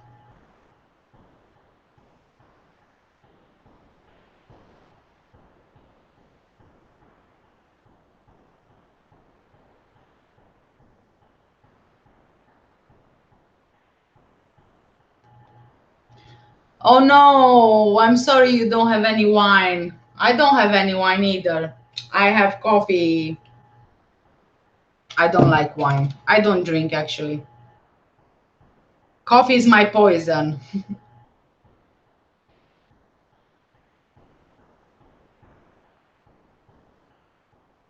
JD is saying, what would someone do for 500k, let alone millions of pounds, if McCann's involved? The board of chairmen in the Medi Fund are mostly family members and friends. Yes, excuse me. And I honestly think that everybody has a price. You just need to find the right price. And as the fund is saying that they are aiming to be as transparent as possible and they are independent people, they are watching everything, is a big fat lie, because all of those board members, they're family members, and they are either family members, relatives, or friends. So it's not really that transparent, is it?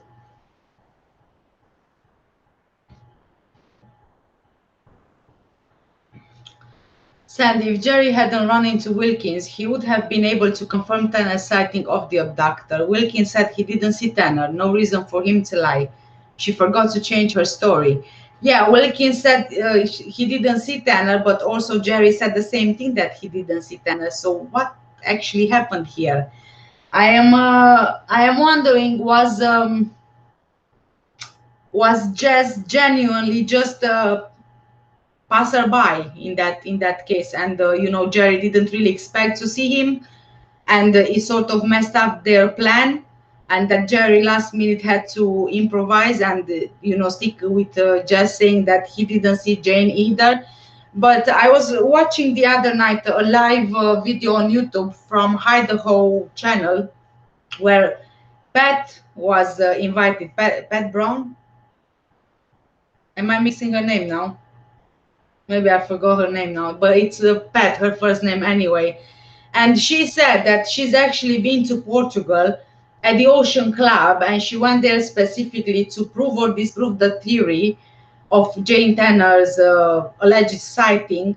And she said that although in some photos it might seem to you like that road is quite long and wide, and if someone would go on one side of it and someone would go on the other side, they wouldn't see each other because it's wide. But she said that in fact it is not wide at all, and it's not long either, it's quite narrow.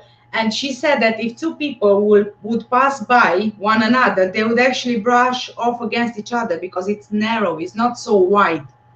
So again, Jazz not seeing Jane Tanner, Jerry not seeing Jane Tanner, but she seeing them, again, it doesn't make sense.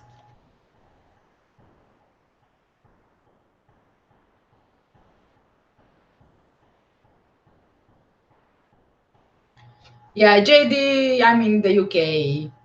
Yes.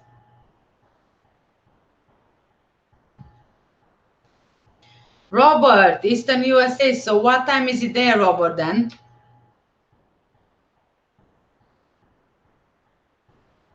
Miss Jansky, you are close to me somehow. I'm in the Northwest.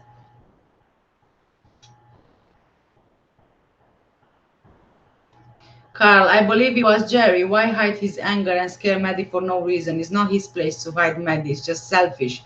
And the audacity to hide your loved one.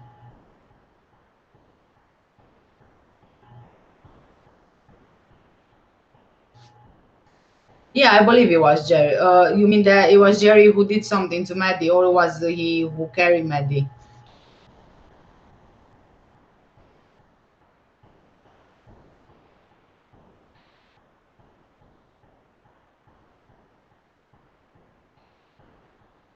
Wow, Robert, 6:23. Oh no! Oh, why did I read that at 6:23 in the morning? But it's PM, for God's sake. Ms. Jansky, I don't buy Murat as the abductor. Perpetrators who favor teenage girls don't usually go for 3-year-old. Exactly. I completely agree with you.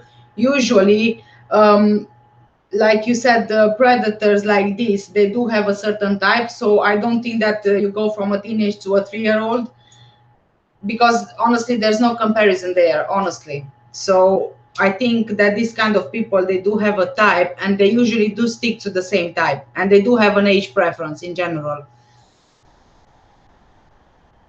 And I think that Robert Murat, once again, was one of those diversion tactics, distraction tactics, again, you know, to take up time and resources from the investigators, and again, draw attention away from the McCanns, because they are always doing that. In a sense, it might be that he was a scapegoat at that point when the heat was on the McCanns.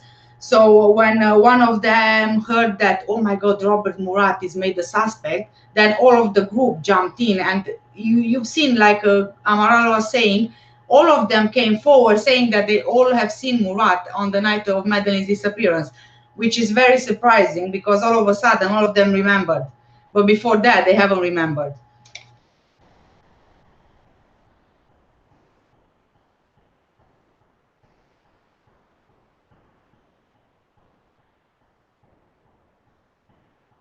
Sandy, not sure how this information fits in. When asked, did you know Robert Murat before this abduction? Jerry said, I'm not answering that.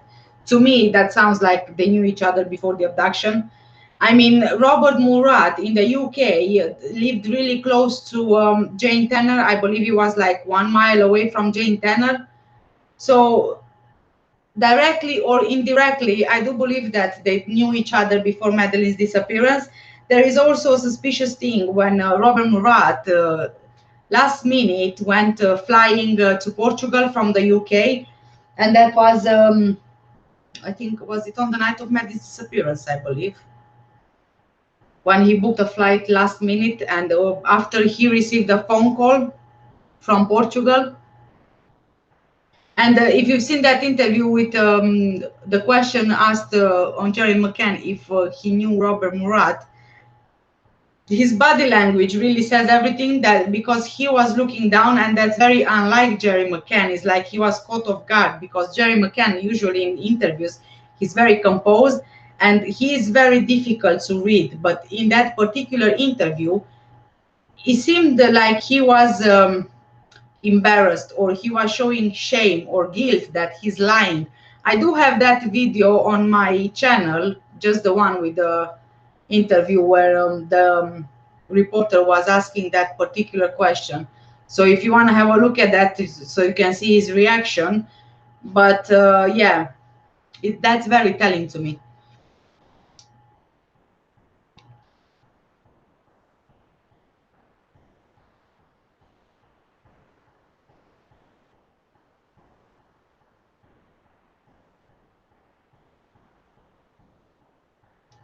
I heard Murat was or is an English agent of some kind. I have no idea, Robert, honestly. I haven't heard of that.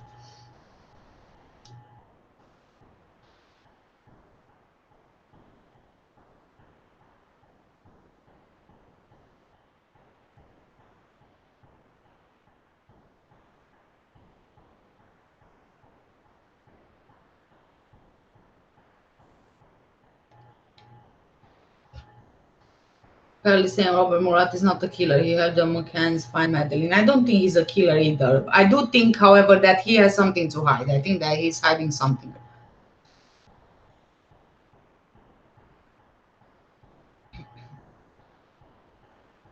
Karen Murat might be some things, but not a killer. No, I don't think he is a killer either. I don't think that.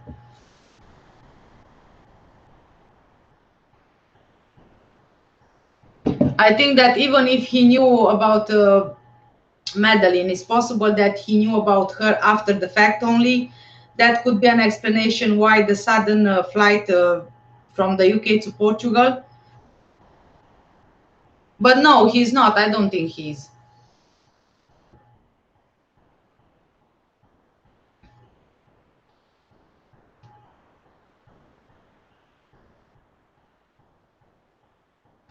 Robert Murat, I believe, was used by the English to find out what the Portuguese police were up to confuse authorities, and maybe used to hide dispose of Madeleine's body.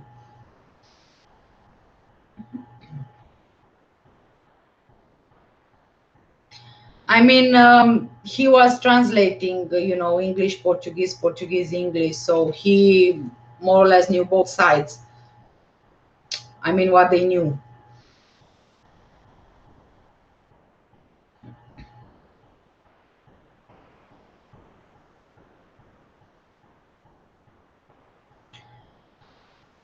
Ms. Jansky, sometimes perpetrators insert themselves into a crime scene. Robert Murat could be responsible and still pretend to help, but I still think he's a scapegoat.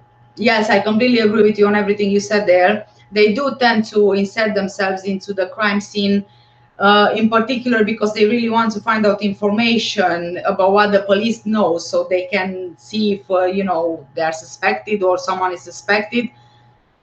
But like you said, I think he was a scapegoat, and I think that at that point when he was made the suspect, the Tapas Nine, they saw this as an opportunity to make him one, and that's why they came all forward saying that, oh, hold on, we've seen him.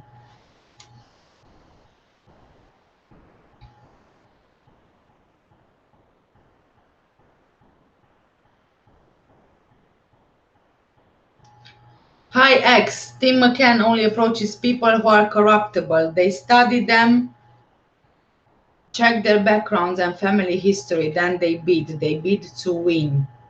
Yes, I agree with that. I do. We've seen that over time. We've seen that with Metodo 3. We've seen that with Control Risks Group. We've seen that with so many people that the McCanns were involved in. There was, whichever type of people they were involved in and organizations, it was always, something dodgy about it. And also, it was always something to do with money, like private investigators and, things like that.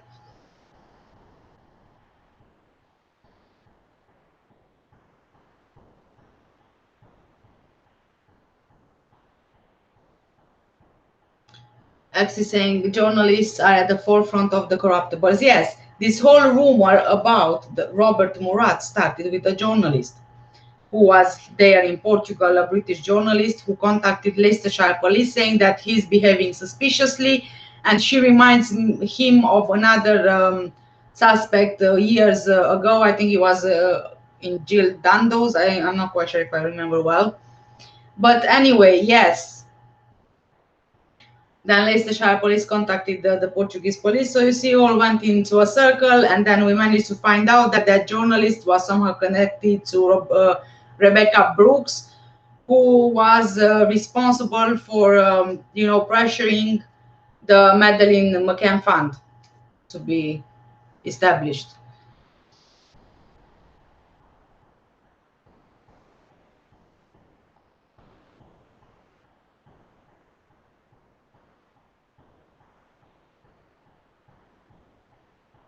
Ms. Jansky, Catalina, I'm originally from the Northwest, but now in the Midlands. I hate the weather in Northwest. I'm so sorry. I do hate it. I used to live in Birmingham the first time when I came in this country. Then I moved to London, and then I came here in the Northwest, simply because I was getting fed up of London. It became too overcrowded, too noisy, too much pressure. Yeah.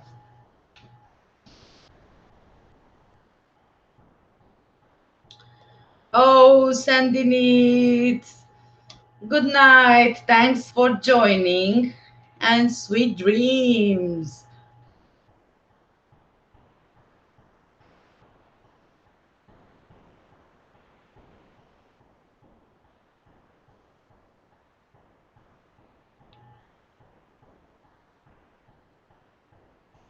Miss Jansky, why do I keep mistyping? Don't worry, don't worry. It happens to everyone. Don't worry about it.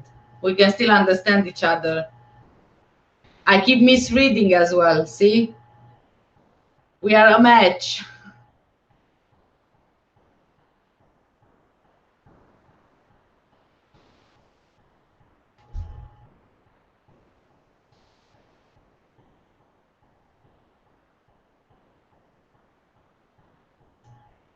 Miss Jansky, oh no, I can read Jerry McCann. He uses a lot of what is known as eye blocking. Yes, I believe he uses that to hide his emotions.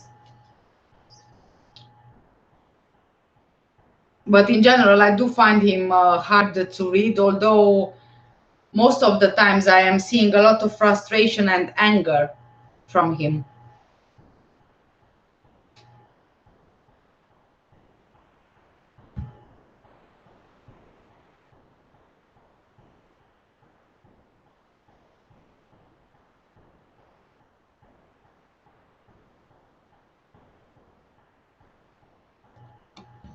James, two men, Baldy and another man behind the playhouse in the hotel play park. Yes, I have seen those photos with those men. And the bald one was spotted with Murat on the street somewhere as well. Thank you, Carl. Thank you.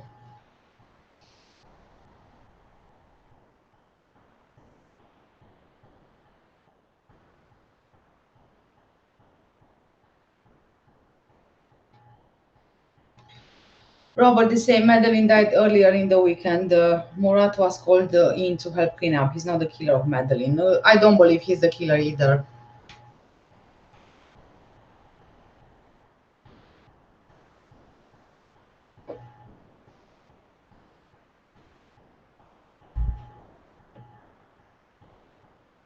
Jackie Young, what got me is one of Jane Tanner's interviews. She sleeps and says she kind of carried her like this. Yes, yes, and that was not the only one. It was also about, it was a I can't remember who was that one being interviewed when he was being asked about the tennis bag. And he slept as well. And he said, I remember specifically what he said, that you can't hide. It wasn't something like you can hide tennis rackets in. So why would you hide tennis rackets in, in a tennis bag? And this was again like the slip from Jane Tanner's interviews.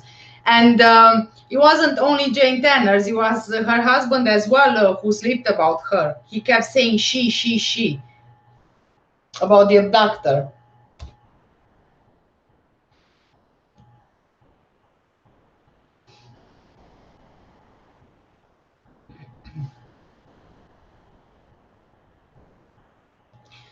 James, why was those two men peering at McCann's, then Madeleine disappears? Well, James, even the Portuguese police disregarded that, so they didn't really see as anything plausible. They were possibly just other guests, or I don't know, with kids there. Carl, hard to describe, like closing the eyes for longer than a blink. When someone is asked questions, don't want to answer, they use eye blocking as a barrier. Watch some videos of Jeremy, can you pick up on it? Yes, I have noticed that as well, yeah.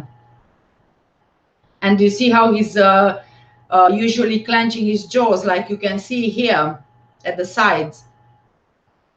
And you can clearly see his anger and frustration when asked questions that he's not comfortable with.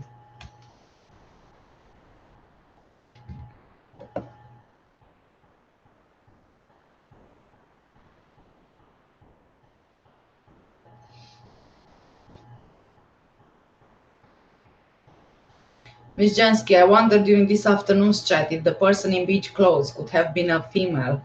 I am not sure. It could have been. It could have been. Yeah, I'm not saying no, but do you have anyone in particular in mind? Are you thinking about Jane Tanner?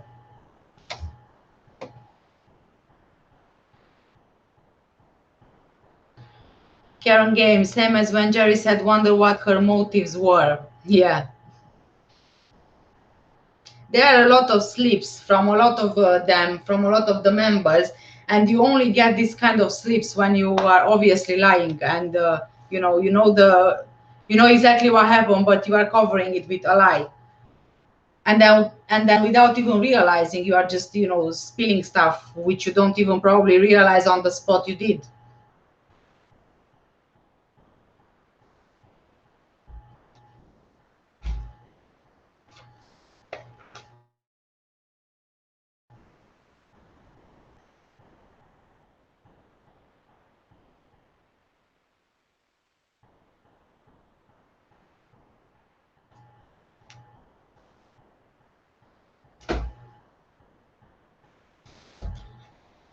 Hello. Hello. Can you please read the next chapter? I need to use the Lulu. Sorry, guys. Sorry. Which one? This, but please read nicely and clearly, okay? Of course. Okay. I'll come back, guys, in a few minutes. Hi, everyone. Finally been released. I read all the comments already, but if you want to say hi to everybody. Yeah, I did say hi to everybody. Chapter 8. A man with a child in his arms. May 3rd, around 9:27 p.m. Dolphin Restaurant, Villa da Luz. The Smiths, from Ireland, are spending their holiday in Praia da Luz. After having dinner at the restaurant, they go to Kelly's Bar, 50 meters away. They leave there at around 9:55 p.m.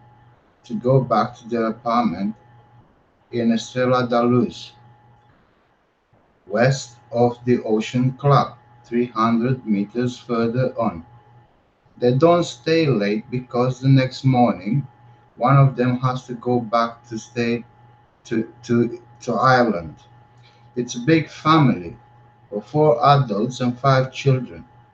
The father, aged 58, retired, and his wife, their 12-year-old daughter, their two grandchildren aged 10 and 4, their mother stayed in Ireland, and their son, accompanied by his wife, who is pregnant, and their two children aged 13 and 6.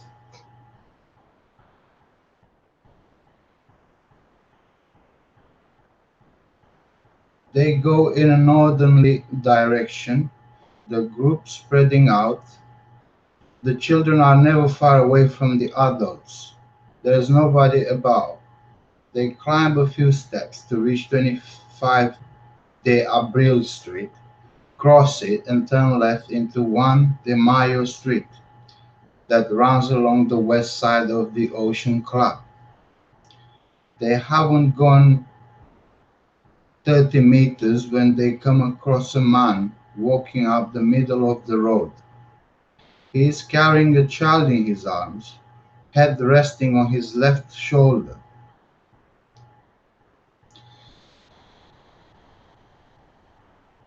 The Smiths don't see the face of the little girl, whose arms hang by her sides.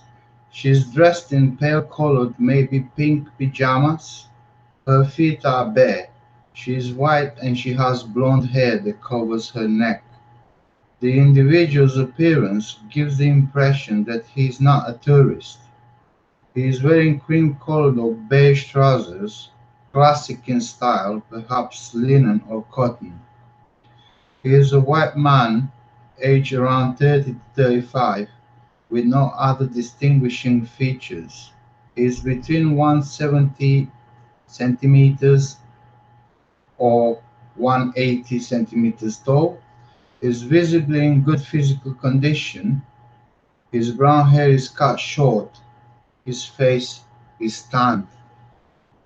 At this time, images of Robert Murat, considered to be the main suspect, begin to be circulated all over the world. After they return to Ireland, the Smiths continue to follow the case. They learn that, according to Jane Tanner's statements, Murat is definitely the man encountered on the night of the abduction. Mr. Smith then gets in touch with the Irish police to relate what he saw on the night of May the 3rd. He insists categorically that the man they came across with the little girl in his arms was not Robert Murat. He is sure of it because he knows him. With hindsight, he is utterly convinced that the little girl was definitely Madeleine. We secretly organized for the Smiths to come to Portugal. On May 26th, in the offices of the Department of Criminal Investigation in Portimao, we interviewed the father and his son. What they say seems credible.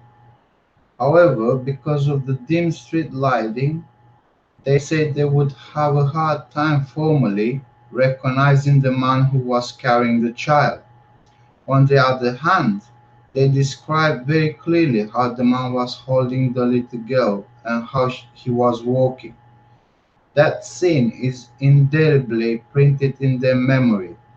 After the interview, they go back to the scene, accompanied by investigators. They indicate the precise place where they came across the man. Their coming to Portugal, as well as their statements, are kept secret. Within a few days, they go back to Ireland, but contact is maintained. They undertake to let us have any further details they remember. We finally have credible witness statements about the stranger who, on the night of May 3rd, was walking the streets of Villa da Luz with the child in his arms. So this is the end of chapter 8 and describes the Smiths um, seeing a man carrying a child on the street. Any comments on that?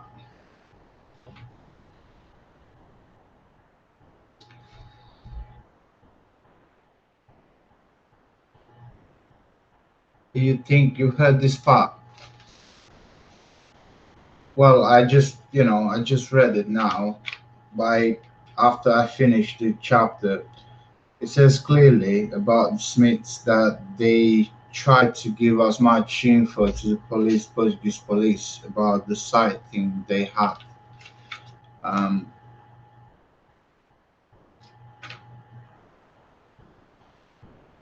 I don't know what else to add to that because the this was kept kind of secret. Obviously, they came out a bit later.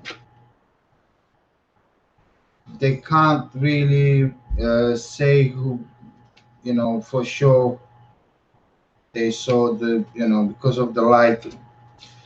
So Mr. Smith says she clearly, the girl was looking as Madeleine. I don't know what to say about that.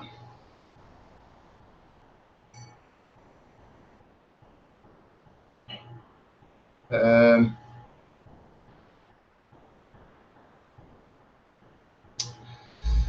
could you guys please don't fight between you here because we just try to establish some things here.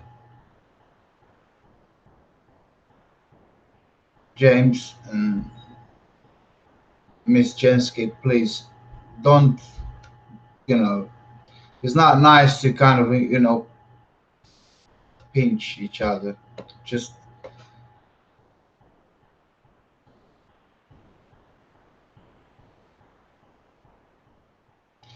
yeah, the beige clothes kind of resembles what Jane Tanner said in one of her um, statements. Um, what do you think?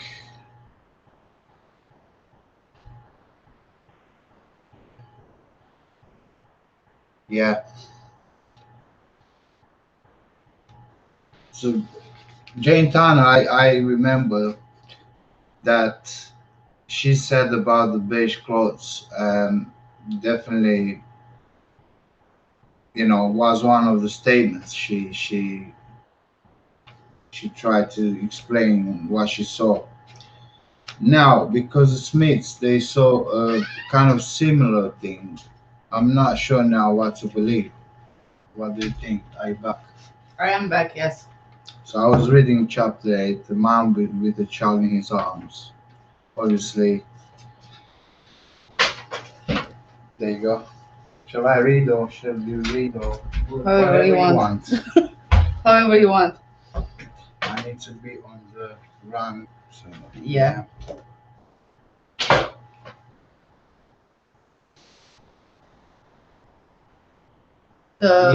Yes. The Smith sighting, you mean if he was a woman? Yes. I mean, Mr. Smith definitely said he was a man in his 30, 40, something like that. So I was reading here to 35. Mm-hmm. Obviously beige color, as Jane Tanner said in one of her statements, wasn't? Yeah, it was beige color trousers with black shoes and Yeah. So do I keep on reading or Well, you can go to chapter 9 if you want, because I just finished you with finished? chapter 8. Yeah, but that was the sighting by the Smiths. Oh, Yeah. well, the Smiths were saying that he was a man, not a woman. So Robert is saying the Smiths thought the man carrying the child seemed like the way Jerry carried Maddie previously, her head by his left shoulder. Yeah, and they noticed that he was exactly the same way when they landed in the UK, and he saw Jerry holding one of the twins, just like he saw that person that night holding Madeleine. Yeah. Right.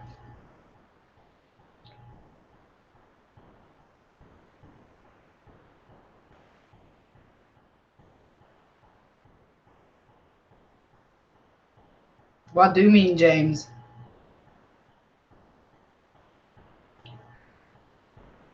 Let them get you for slander. James, you know you have been repeating this even previously earlier today, and I mean you already know what our opinion is, and there shouldn't be any slandering from anyone because we are just talking about our opinions. And the book that I'm reading from is actually from the official police files, which are available to the public. Can you put Miss Jansky's comment up? Which one? This, yeah, those two. Karen is saying, I've walked where the Smith sighting was. It's not that wide. I reckon he knows what he saw. Yes, I mean, he did say that he was 60 to 80% sure it was Jerry he saw. So even if it was at night, there was lighting on the street. And if you've been there and you said that it's not very wide, then he was probably, sure what he's seen.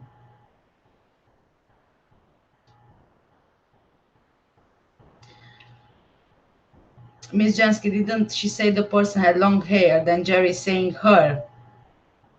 Yeah, Jane Tanner said that the abductor had long hair, yeah, down to his neck, collar to the collar, and Jerry said saying her. Yeah, he did say that. Yeah, it's possible that Jane was the one carrying the child, and that could be one of the reasons why both Jazz and Jerry would be saying that they haven't seen Jane, but Jane saw them. Honestly, I have no idea. There would be so many possibilities here. Let's be honest, Jack. Hi. Did I read that Jane knew about the sighting but didn't tell Jerry until after the police were called, and that's why they did the second time writing down of events? Yeah, you read that right. Yes, she didn't say anything to Jerry, no, until after the police were called. Yeah.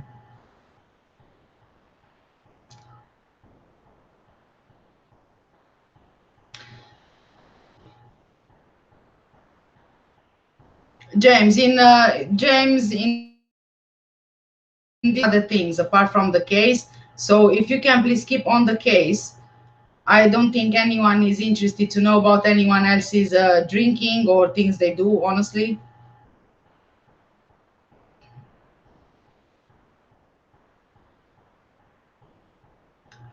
Um,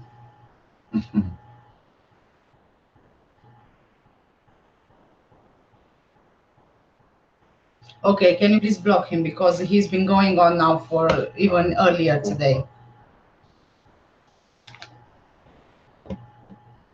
He's not listening.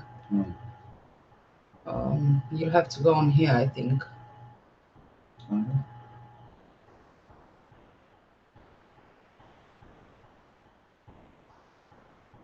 Guys, you'll hear an echo for a second.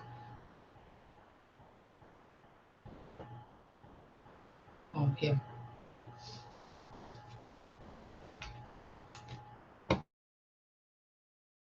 Just put it on pause there, and yeah. There.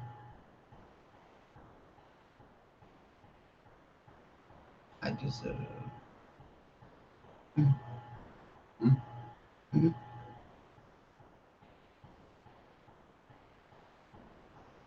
And then put this.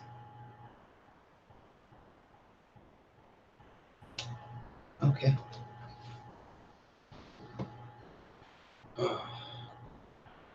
Okay, I'm sorry, guys, really about that. I kept on trying to see maybe he will see sense.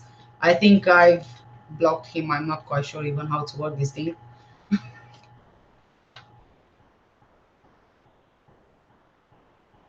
Okay. Shall we carry on with reading the book, or do you guys want to say something else? If your channels began since stream counts checked in, yeah, we know about that. I was really trying to give him the benefit of the doubt because he's been contacting me in the email as well. Earlier on today in the other life, he was going around, but I really didn't want to block him. Yeah. I just wanted to give him an opportunity, even if he's got a different opinion. But in most of the situations, the ones who believe that, you know, the McCanns, they usually resort to this kind of things of being rude. Well, I tried, but you know, it's my wife's channel. She decides. But if it was me, I was blocking him from the beginning. No, I mean, I give him the chance. I tried to be nice, talk to him. You know, kind of like, all right, you had your own, you know, opinion. You chat, you say what you have to say, but please be respectful. That's all, you know. But you can't talk about others and judge others what they do and what they don't. So that's not, you know. Refreshing. Okay. So okay, I'm going to read the X's comment first, and then I'll carry on reading this the book. Can you just put this on, please? This one. This blocks the Algar post and analysis on Twitter. Clary sends agents to intrude in every opportunity. Oh, I didn't know that he was on Twitter as well. Oh. I've had a couple of people attacking me on Twitter and on Facebook as well. I didn't come across his name. Maybe he's got a different something, you know. Yeah. Thank you, Karen. Thank you. Okay, I'm going to carry on reading. This is like a bedtime story time for adults, yeah? Bedtime story. I don't mind, Miss Jensky. No, I don't mind. You can drink as much as you want. Whatever you want. Whatever you want. It's your choice. And if you are listening to us and watching us, that's fine. You know, whatever makes you happy.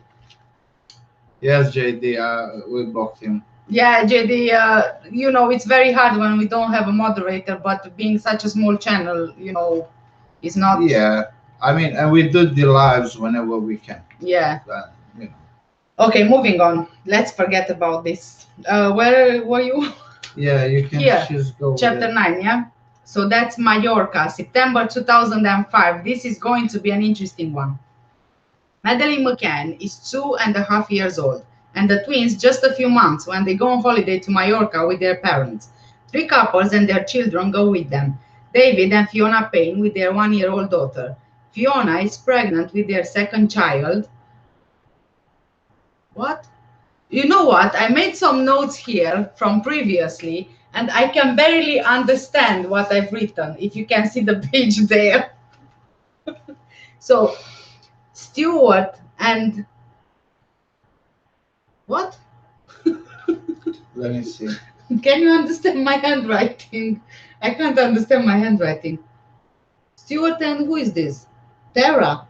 Tara, yeah. Tara. With their 2 children, aged 1. Yeah. Yeah, Stuart and Tara with their 2 children, aged 1 and 3. Lastly, Savio Gaspar and Catalina Gaspar, who have a 1.5-year-old daughter, E. Catalina Gaspar is also expecting a child. The trip was organized by David Payne. The latter rented a villa big enough to accommodate all of them. Savio Gaspar got to know Madeleine's mother at university in Dundee between 1987 and 1992. Catalina Gaspar met Jerry McCann for the first time at his wedding to Kate in 1998. They become good friends, see each other regularly, spend weekends together, and phone each other often. After dinner on the third or fourth evening in Mallorca, the friends are all settled on the patio.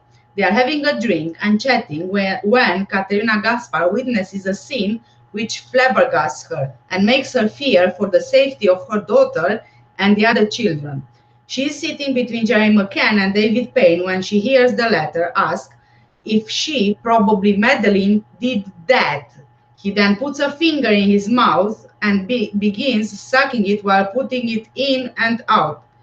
The sexual connotation is obvious. While with the other hand, he traces small circles around his nipple in an explicitly provocative way. This is happening at the table. While Catalina Gaspar, stupefied, regards Jerry and David, an uneasy silence settles around the table. Then they all start chatting again, as if it was nothing. Catalina Gaspar starts to distrust the way David Payne relates to the little ones. On another occasion, she sees David Payne making the same gestures while speaking about his own daughter. At this time, it's the fathers who give the children their baths, but Catalina Gaspar no longer lets Payne near her daughter. After the holiday, Catalina will only meet the Paynes on one occasion, and she will not speak to them. Over the next 2 years, relations between Catalina Gaspar, Savio Gaspar, and the McCanns becomes distant. They will only see each other now at children's birthday parties. This witness statement from the couples, Savio Gaspar and Catalina Gaspar, what's wrong with me now with reading? Okay, again.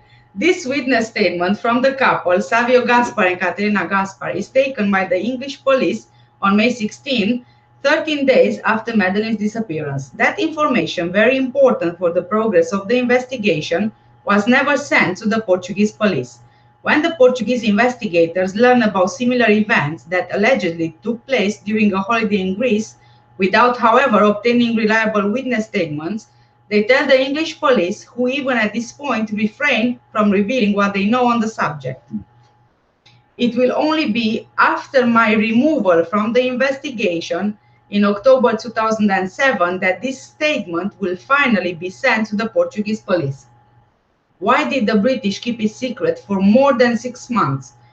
It is all the more surprising that David Payne, who had planned the trip to Mallorca, of whom it was known that his behavior towards the children was, to say the least, questionable, is the same person who organized the holiday to Portugal, that he is one of those closest to Madeleine, and that he is the first friend of the family to have been seen with Kate McCann just after the disappearance.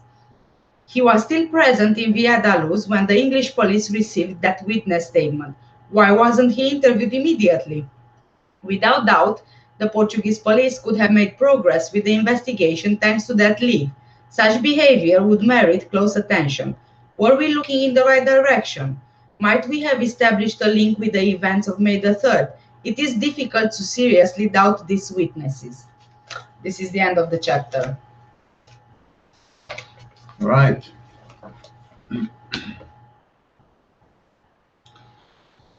Let me put this up because Miss Jensky says yes, she's not drinking. Yeah. She said, I have no wine. Another person posted virtual wine for me.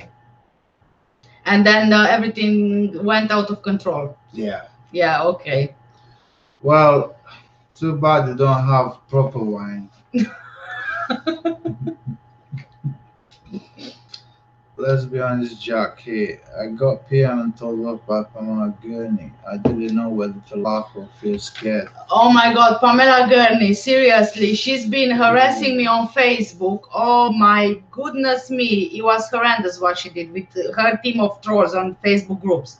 She even went to say that I am such a sad person because my ex-husband abused me and that's why I am taking it out on the McCanns. It's just ridiculous. All the screenshots I've had from her, oh my God.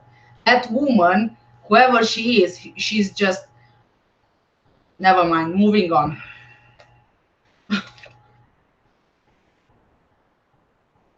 X saying, just by the way they intrude, we can only guess they've got a lot to hide. Yeah. Right.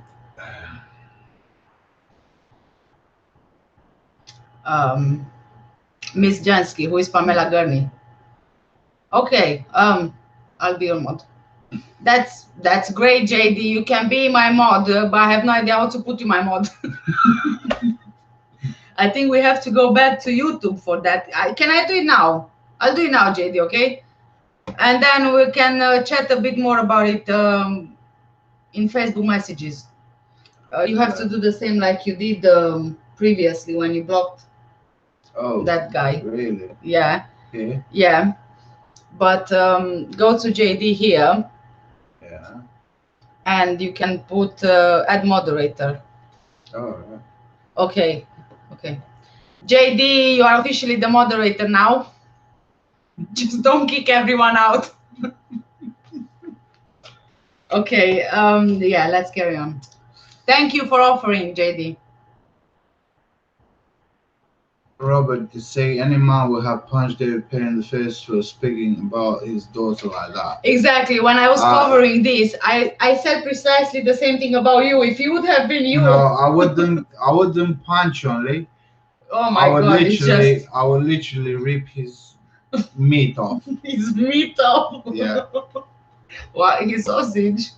No, I mean just kind of like punch him, beat him properly, but just make him go in a roller coaster. So Right, let's be honest. Jack here says something about the gospel statement. I don't trust. I would only have to see what David and Jerry were talking about, and that I'd have gone to social services. They had this behavior not once but twice. Yes, I agree. I mean, to me, it was as well surprising that it took her so long to yeah, but probably go forward. Probably she was still gathering information. She was still like she couldn't believe what she saw and her literally, because you would be in the same position probably, because you are with them for such long time. Jerry, and family and friends and stuff, and you go on holidays together. So probably it was the case where she tried to understand what happened, and if it's true and real what happened, But yeah, maybe she even doubted herself that whatever she heard was real. Yeah. Maybe she wanted a confirmation. I don't know. Yeah. Exactly, Ms. Jensky. What parents let go men bathe their children? It makes my skin crawl. Even when we are not doing videos or lives about the McCanns, we have these conversations so many times, including this. Who would let their kids be bathed by someone else who is a complete stranger? It's not even family. I wouldn't let bathe my kids. I mean, come on. What? Am I not a parent? Can't I do it? If they can't, the kids can't do it. But it comes a certain age where you have to let it go. You watch yourself now, But you need to supervise only. There's certain ages where you have to be careful, But obviously, about what, 5-ish, 6. Our daughter she was just washing by herself. Happy days. Yeah, but she was obviously supervised by us. But we would never let any stranger bathe our children. No way. No. That's a big no there. No.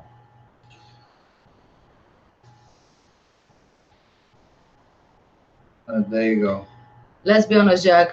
She said they were looking at doing me for slander and told me what I wrote wasn't clever.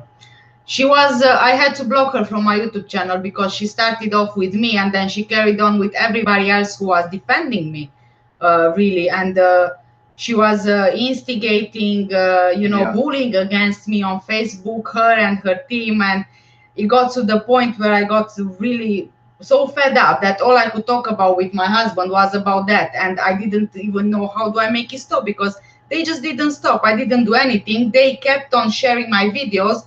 So they would instigate arguments and bullying against me. But eventually I just ignored it because... Yeah. Because Karen says, she's more than a pro McCann. Yeah, we do know that. and she's blocked, and she's yeah. I mean, we are over it now. On Facebook, she's sharing me and my videos on Facebook groups, which I'm not even in. Yeah. And then I have other people sending me screenshots of look what she's doing, what she's saying. JD needs to learn. That's fine, JD. You can learn. That's fine. JD, we are learning together because we have no idea either. Yeah.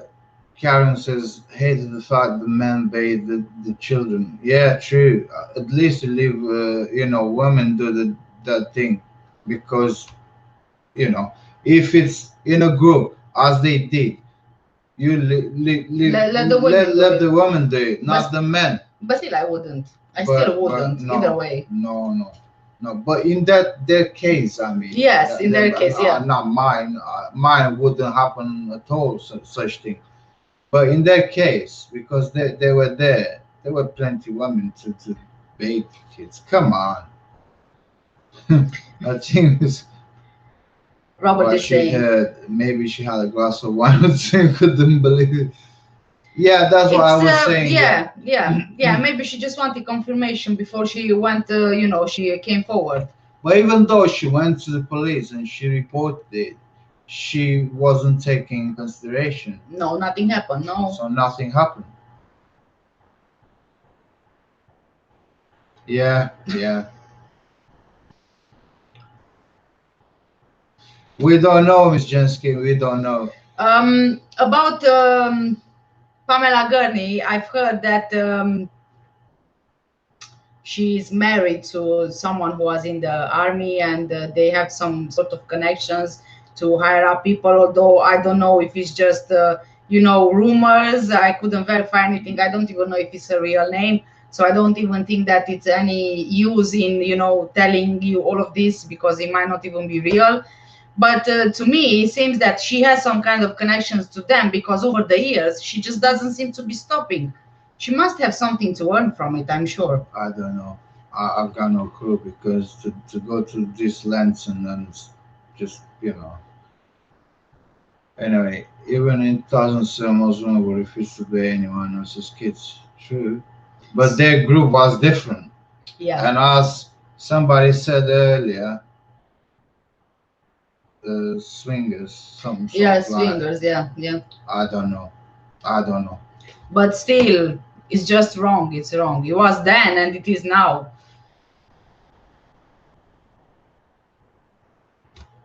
Hi, Jackie.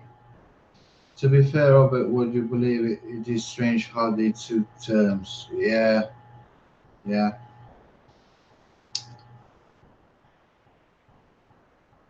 They took terms probably. Yeah. Okay, shall we move on to the next chapter, everybody? We are on chapter 10 out of 22. May the 3rd, 2007. 5:30 p.m. Terrace of the Paraíso restaurant, Praia da Luz, 600 meters from the resort complex. Apart from the McCanns and Diane Webster, Fiona Payne's mother, the whole group of friends are having something to eat. The children are running and playing on the terrace. Others of Madeleine's age are coming and going between the restaurant and the beach. Everything is peaceful on this late afternoon. At 6:13 p.m., the men leave the table and go on foot to the resort. A quarter of an hour later is the turn of the women and children to go back. A few minutes go by. David Payne catches up with Madeleine's father, who is playing tennis, and asks him where Kate is. Jerry replies that she has gone back to the apartment with Madeleine and the twins. David goes there immediately. What did he go there to do? How long did he stay there? How were the children? Did he see them? Did he play with them? From that moment on, the witness statements differ. Differ, okay. According to Gerald, he stayed in the apartment for 30 minutes. According to Kate, on the other hand, no more than 30 seconds.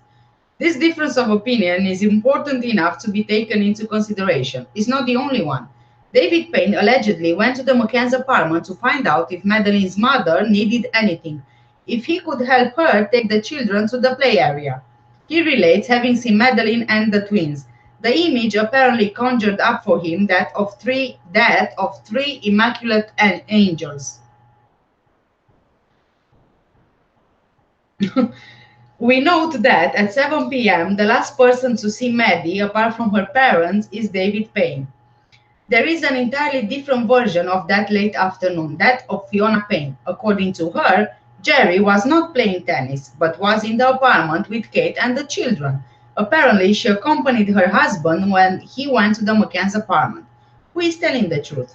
The photos taken on the terrace of the Paraiso prove that Fiona, her friends, and their children left the restaurant 15 minutes after the men's departure, one of them David. What do these easily discernible contradictions signify? May 4th, 2007, 7 a.m., Sargakal, a village close to Villa da Luz. YM, an English woman, aged 52, I'm missing her name now. Yvette? Yeah, Yvonne, I think. An English woman, aged 52, a social worker with child protection services for more than 25 years, is spending her holiday in the Algarve. She is watching an English television channel when she hears the news about Madeleine's disappearance in Villa da Luz. She decides to go there immediately to support the parents. Shortly after 9:30 a.m., with the help of police officers on the spot, she manages to approach them. They are in the company of a man who is introduced to her as a friend of the family. The McCanns are deeply upset, and Kate cries a lot. YM starts to ask them questions to find out the frequency of visits to the children during dinner. They respond that the visits took place every hour, and asks Gerald if he is the biological father in order to immediately eliminate the hypothesis of parental abduction. Little by little, Kate starts to get annoyed. She thinks it's up to the police to ask those questions. Besides, there should be more of them looking for her daughter. She insists that it was a couple who abducted her. YM assumes that the McCanns distrust her, so she shows them the official documents issued by the police and the English government certifying her professional qualifications. The friend of the family examines the papers and confirms their authenticity. In spite of this, Madeleine's parents don't seem to be very appreciative of this offer of collaboration. YM tries to take Kate aside to speak to her quietly and asks her for more information about this couple who allegedly abducted her child. But she refuses, reacts aggressively, and refuses to be separated from her two companions. YM worries about the extreme state of agitation that Kate is in and knows that the latter has still not been examined by a doctor when she really needs to be.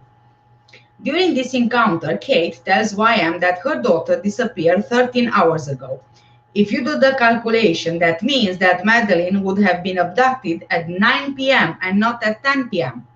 That contradiction is important. It has to be taken into account in analyzing the abduction scenarios that the McCanns and their friends will relate to the police. The couple's spokesman, the friend who has been present throughout the encounter, ends up telling YM that the McCanns want her to go. Before leaving the scene, she advises them not to trust the media and to remain silent. YM has the feeling that she has already met this man. His face seems familiar to her. Was he perhaps mixed up in one way or another in a case she has dealt with in the context of her work? She will later learn that he is David Payne, organizer of the trips, the same person whose sleazy attitude had been reported by Savio Gaspar and Catalina Gaspar. There is nothing incriminating in his past, and as we were able to verify, he has no criminal record. What we are sure of is that he has been a close friend of Madeleine's father since university. Okay, I think this is the end of that chapter. So this is from the social worker, with the visit from the social worker. Well, she was there. She was on her own holiday, yeah, and she heard on the news, and then she went there to the location. And very interesting, Kate was annoyed by her being there and asking questions.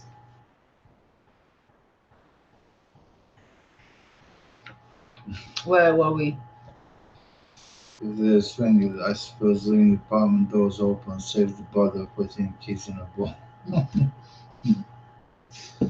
True that, yeah. Oh well, we don't know that.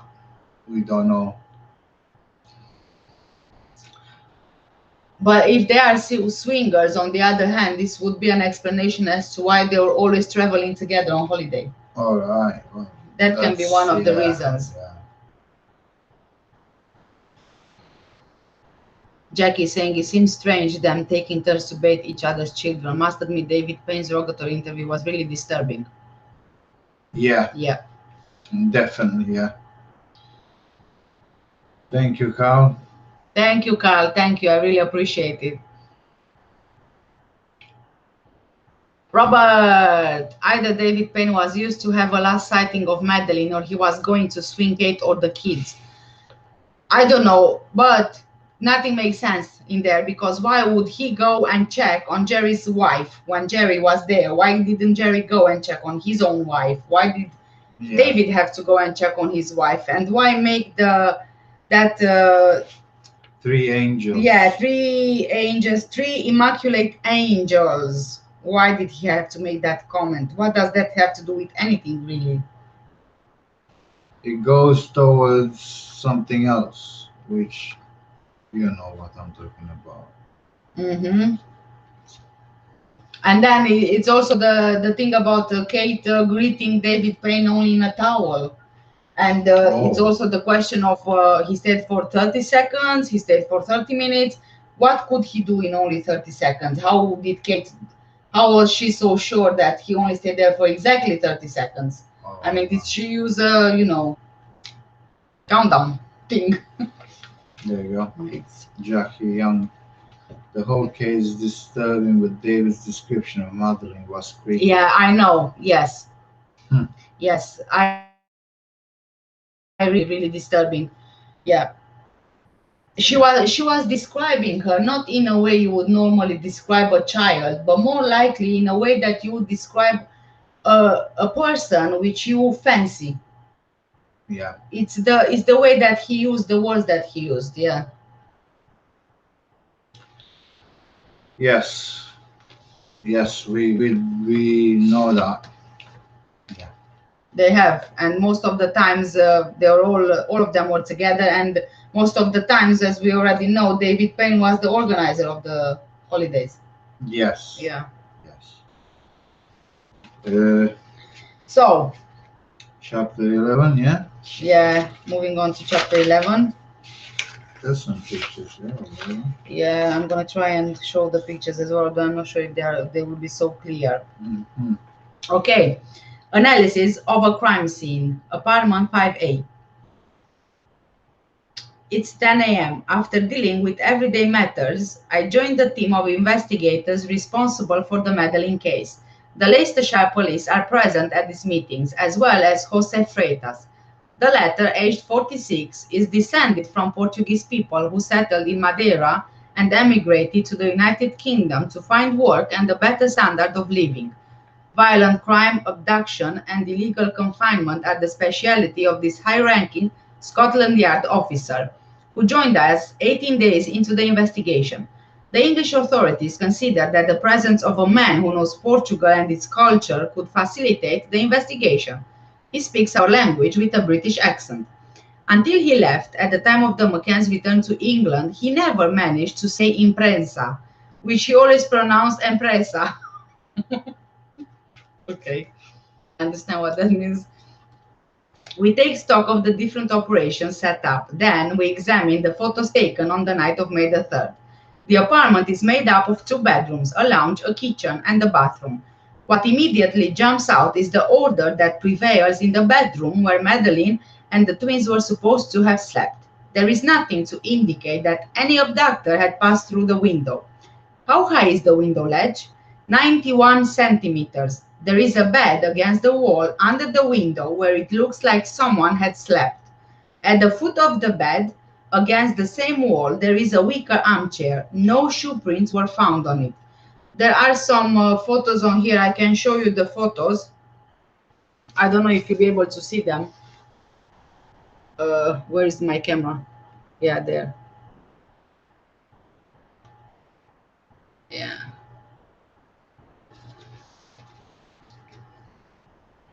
What distance between the bed and the window ledge? 40 centimeters, but no footprints on the bed either. Okay, so either or. Either that window plays no role, or we have a case of two people, one inside and one outside. The first, he was trying to explain. Yeah. Looking more closely, the room is not as tidy as it first appears to be. The bedroom window is protected by a shutter that only opens from the inside. A blackout curtain that keeps out the light comes down to the window ledge. At the sides, just brushing the floor, are two other curtains with tiebacks. They are drawn towards the center of the window, but not completely closed.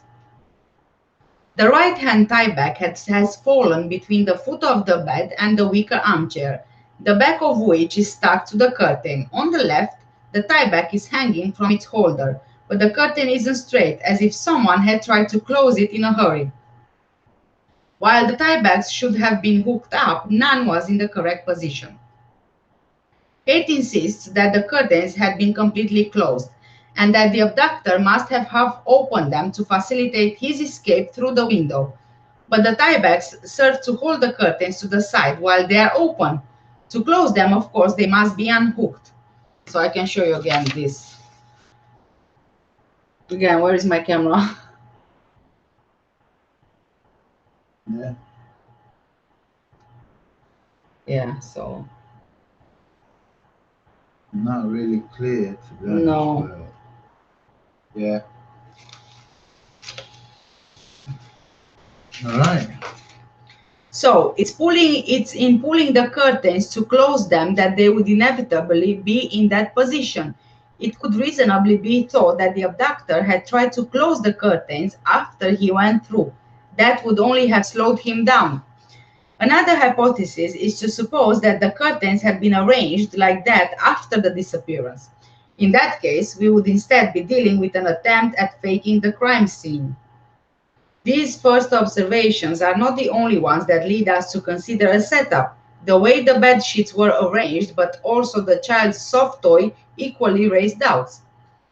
Do you see how the sheets are lying? Oh my god, I'm sorry guys, the way it sounds is the only way I can say it. Sheets sounds something else, but the bed covers. Okay, where was I? You'd think the child got out by herself or that she didn't sleep there. Someone could have unintentionally touched the curtains while looking for the little girl inside the apartment. And the soft toy she slept with, that's not in a natural position either. How would she have found it? Along the pillow like that? The mother says that the soft toy was beside the pillow when she noticed the disappearance, which according to her was its usual place. Which means that the little girl slept without holding it. Children normally clutch their security object to fall asleep. But if that's not But if that's not the case here, the way it's placed doesn't seem natural. She would inevitably have moved it turning over in her sleep. The pink blanket is also really tidy, almost folded. Where cases of missing children involve the close family, modification of the crime scene is common, but the comings and goings and searches inside the apartment might be the source of these changes. We have to be absolutely sure that is not a deliberate attempt to put up a smokescreen. What does the father say? That when he came to see the children, it was all like that, the blanket and the soft toy. We carry on looking at the photos of the bedroom. The two cots are in the middle of the room and are in the way of an adult moving around. Why is there nothing more than mattresses? All the bed linen has been removed. I really wonder why. Perhaps a child vomited or soiled the sheets and they didn't want to leave them in that state.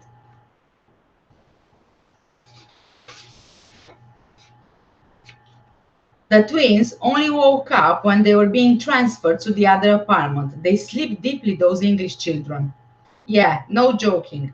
Actually, I'm not joking. I'm thinking aloud. All the same, it's extraordinary. These English little ones are on holiday. In spite of the excitement they must be feeling, they go to sleep every day at the same time. Their sleep is so deep and so calm that they are almost to be envied.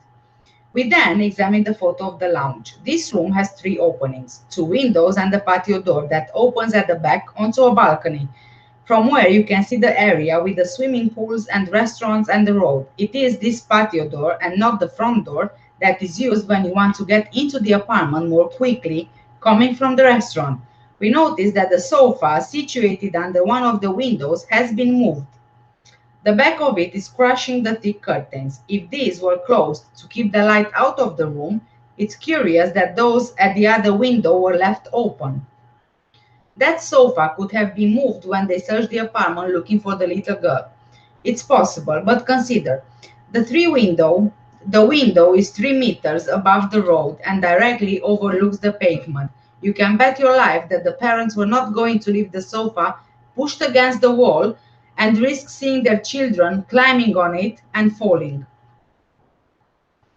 Nothing surprises me anymore on the parts of those parents. Yes, but why did they push the sofa back under the window so hastily, judging by the position of the curtains? No doubt it was during the searches that could have been done by a police officer or anyone else who was present in the house. It's the father who clarifies this point for us. He himself pushed the sofa against the wall because the children would not stop playing behind it. He did not consider the possibility of a fall from the window. The role of this sofa is important if you imagine the hypothesis not of an abduction, but of an accident inside the apartment itself. If it was really away from the wall before the abduction, it may be that Madeleine had climbed onto it and fallen down the other side. At this stage of the investigation, we have already requested the holiday photos from all of them. On the dining table, we notice a digital camera and we decide that we must acquire its contents. We are really going to need the photos. That would allow us to see exactly what took place during dinner, how they were sitting around the table, what they drank, what they ate, how they were dressed. Everything is important. In fact, do you know that the little girl's father got on his knees imploring the GNR police officers to help him when they arrived? That man, usually so cold, apparently lost control. Some question marks there. Contamination, deliberately make his trousers dirty to hide compromising marks. I think you're watching too many thrillers. Don't forget that it's his daughter who has disappeared.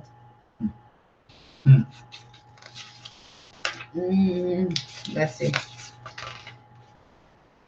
There are 2 beds in the parents' bedroom, which have been pushed together. There is a wide space on the right up to the wardrobe.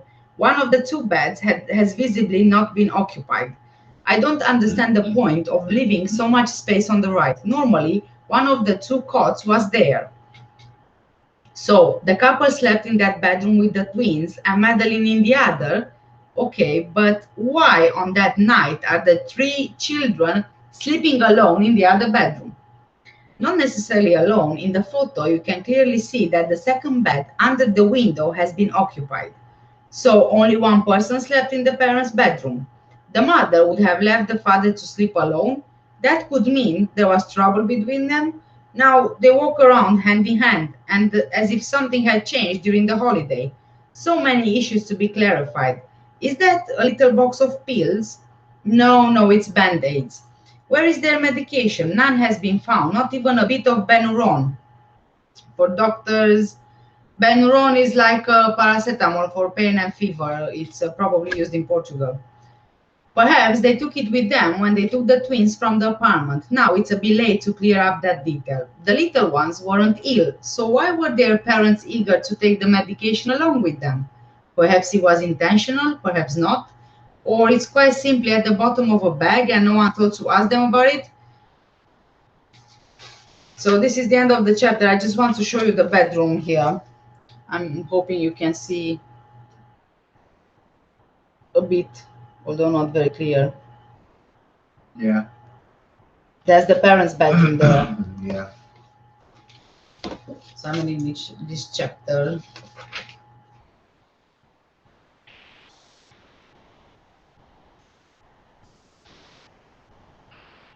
Right. Yep. Robert is saying, I'm going to reread the PJ files, in particular, how did Jerry and Kay get that particular room, that particular room. It was requested in the list when they booked in that they need a cot, 2 cots, and things like that, bathroom, balcony, whatever. It was all requested. So on the request, they tried to accommodate everybody. I'm not sure how did they end up in 5A, but probably because there were five. I think that they requested a room on the ground floor. Yeah, yeah, And all of them, all of the group, they were supposed to have rooms on the same level, but they were not available. So I think yeah, that 2 or 3 of them were moved on the first floor, if I'm not yeah. mistaken.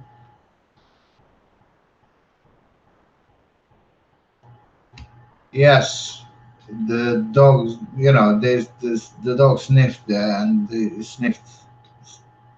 Or Alleged. the cadaver dog and also the blood dog. Yeah, Both Eddie and Kila, they both left it there, and I think that's perhaps the reason why the sofa was pushed backwards, because they probably thought that if the police would see the sofa pushed backwards, they wouldn't go behind it to search. I don't know, but it was something there behind on the wall, on the pavement. Actually, On the wasn't it? floor. Yeah. Yeah, drops of blood. Yeah. Yeah. And Yeah, well, it was on the corner, but they asked for it. they didn't ask for that particular No, room. not for that, but they asked for something with one bedroom and to have kitchen and stuff like that, isn't it? There Yeah. were some requests there. Yeah, I've there are read some. Yeah. that file. Yeah,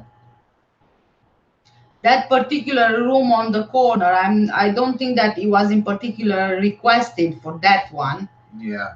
I think that it was just assigned to them. So, but I don't know other than that. No, I don't think they would be so specific, would they? Hmm?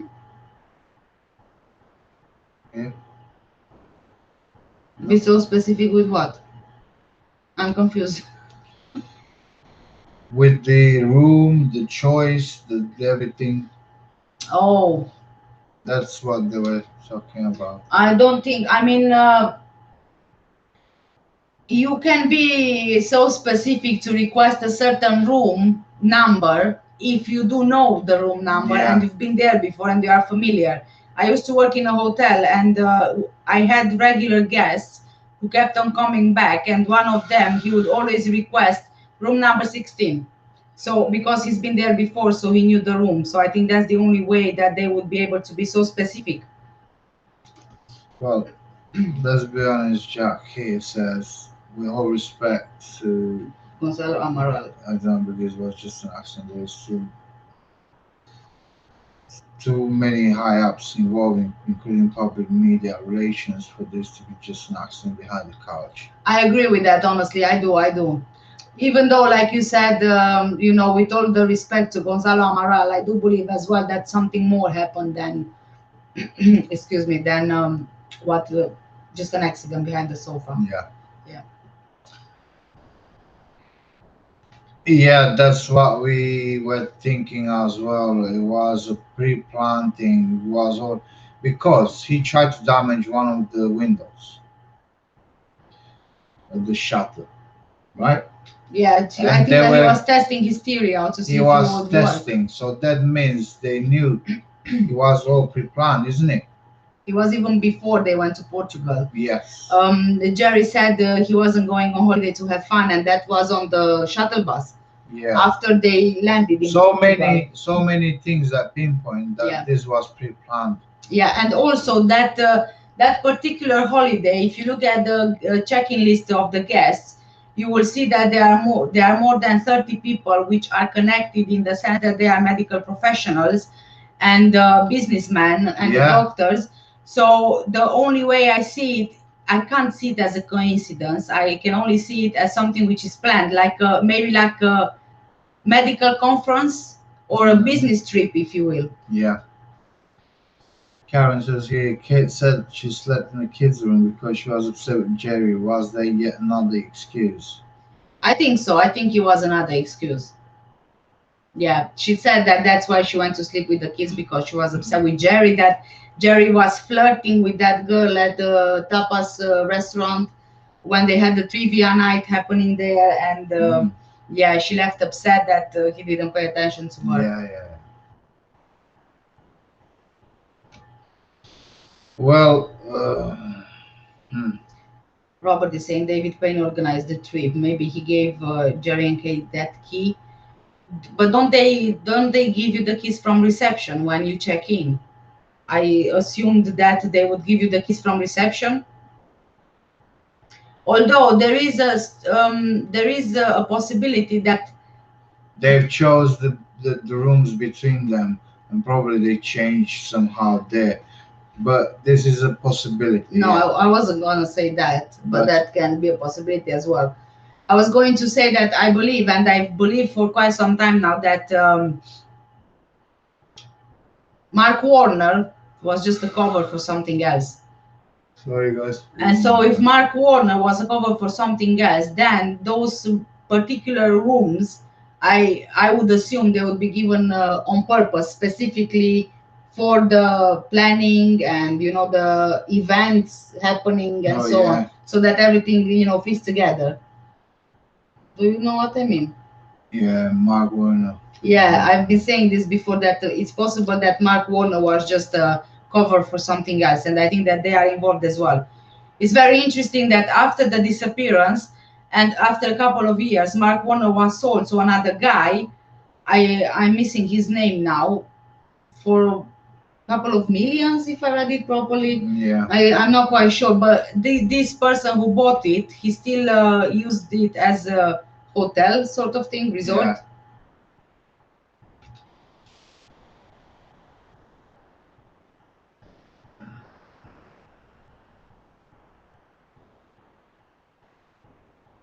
Yeah. Yeah, true. Oh, welcome back, JD. JD, welcome back. He lost his internet. Yeah. We always lose it here. JD, who is your internet provider? Talk, probably.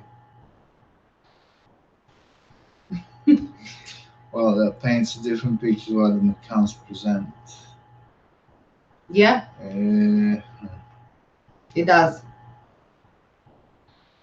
Here you go. Yeah. Robert, maybe Jerry knew Mandy wasn't coming home. The transaction was going down. It might be possible that a lot of them knew that she wasn't coming home, or maybe she wasn't even there. It's very hard to actually make your mind up if she was indeed there, or if she wasn't there, because for all we know, the person you see in the press, in the photos, is Madeleine Mccann, for all we know. But what if she's not really Madeleine Mccann, the girl in the photos? What if it's not, she's not Madeleine Mccann, she's someone else? I don't know. Virgin Media, oh my god. Virgin Media was the best for us, seriously. We have TalkTalk now because there was no other option. Only TalkTalk covers this area, and they are the worst at connections. Oh. Yeah, if you want, you can read the chapter as well. Where are you here? Yes, chapter 12. So I'm reading as well. Yeah. A rather weak monitoring system. One of the main difficulties in this investigation was to reconstruct the chronology of events. To determine the exact time of Madeleine's disappearance, we were dependent on the witness statements of the parents and friends. There is no doubt that the adults, apart from the Paynes, who were using a baby monitor, were taking regular turns during dinner to check that the children were asleep. The restaurant's register confirms it. Nevertheless, after the meal, the children could sometimes be left for more than an hour without supervision, until adults made the trip every 30 minutes. On that night, according to what the group said, the intervals between visits did not exceed 15 minutes. Two contradictory lists and a torn-up children's book. It is Russell O'Brien who hands over to the first police officer to arrive on the scene two lists written on the cover of a children's sticker album that probably belonged to Madeleine. How come it had been torn up? A child has just disappeared and one of her books is used to write on. that pays very little consideration to.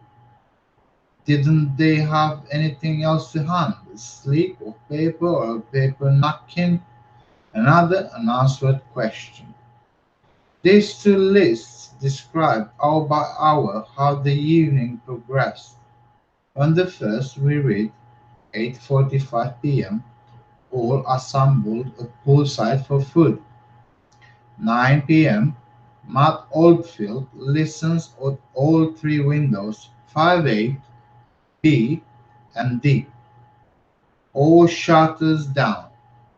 9:15 p.m. Jerry McCann looks at room A, door open to bedroom. 9:20 p.m. Jane Tanner checks 5D. Sees stranger walking carrying a child. 9:30 p.m. Russell O'Brien in 5D. Poorly daughter. 9:55 p.m. 10 p.m. Alarm raised after Kate. Um, so that's what they say after Kate. At the bottom of this list is the name Gerald in block capitals.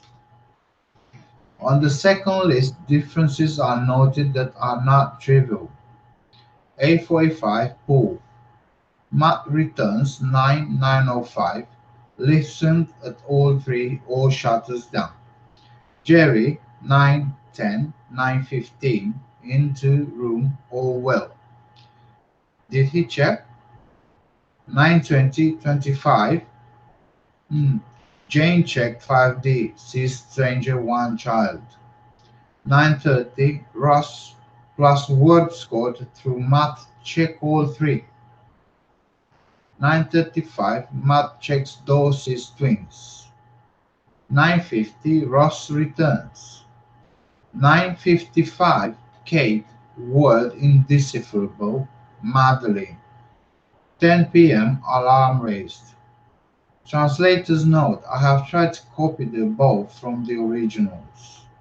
The writing is irregular, the syntax unconventional, and the description of comings and goings confused. Why two lists? And why in the first is apartment 5A left for 45 minutes without checking? If the witness statements from employees and tourists are to be believed, once the alert was raised, the time is also vague. Between 10 p.m. and 10:30 p.m., according to the investigators, all the dinner guests rushed to the apartment, as if there was a medical emergency. Only the grandmother, Diane Webster, stayed at the table for a few more minutes. It is highly likely that inside the apartment they went through the consequences of their actions and the failure of their monitoring system. To minimize their responsibility and not be accused of negligence, it was necessary for them to augment the frequency of their visits. With the checks so close together, who could imagine that someone would get into the apartment? It was quite simply impossible. Proves that there was a debate. The differences between them probably mean that there was no interest in being accurate, or there wasn't enough time. That's my note. Yeah. That's my note. For a reason of which we are unaware, the friends have to state that Jane saw a man carrying a child at around 9:20, 9:25 p.m. And between that time and the alert towards 10 p.m., someone from the group went to be to the apartment, saw the twins in the bedroom, but cannot guarantee that Madeleine was still there. According to the second list, it is Matthew Oldfield, whom the first list says only listened at the windows of apartments 5A, 5B, and 5D. Still, according to that same list, he was allegedly accompanied by Russell O'Brien, at around 9:30 p.m. and saw the twins at around 9:35 p.m. Matthew Oldfield's behavior is perplexing. According to the two timelines, Gerald's statements and his own affirmations, he and Russell left the restaurant at around 9:30 p.m. to go their respective apartments. Matthew entered his accommodation by the front door, left again that way after glancing at his children, crossed the car park and walked through the building to go into the McCann's apartment by the rear patio door, the only one not to have been locked. He then went to the children's bedroom. In the first list, there is no mention of this visit. Matthew contented himself with listening at the windows. In the second, Russell notes that his friend saw the twins at 9:35 p.m. In the course of the statement which he made to the PJ, Policia Judiciaria, yeah, Matthew certifies having gone to the McCann's apartment at 9:25 p.m., having definitely seen twins and not seeing a definite light. What he doesn't explain is how he could pass the bedroom window twice without noticing that it was open. On the other hand, once inside, he noticed that it was. So he noticed that it was open, right? That happens. I think I need to go. That happens to conveniently reinforce the hypothesis of an abduction and gives weight to Jane Tanner's witness statement. Interesting.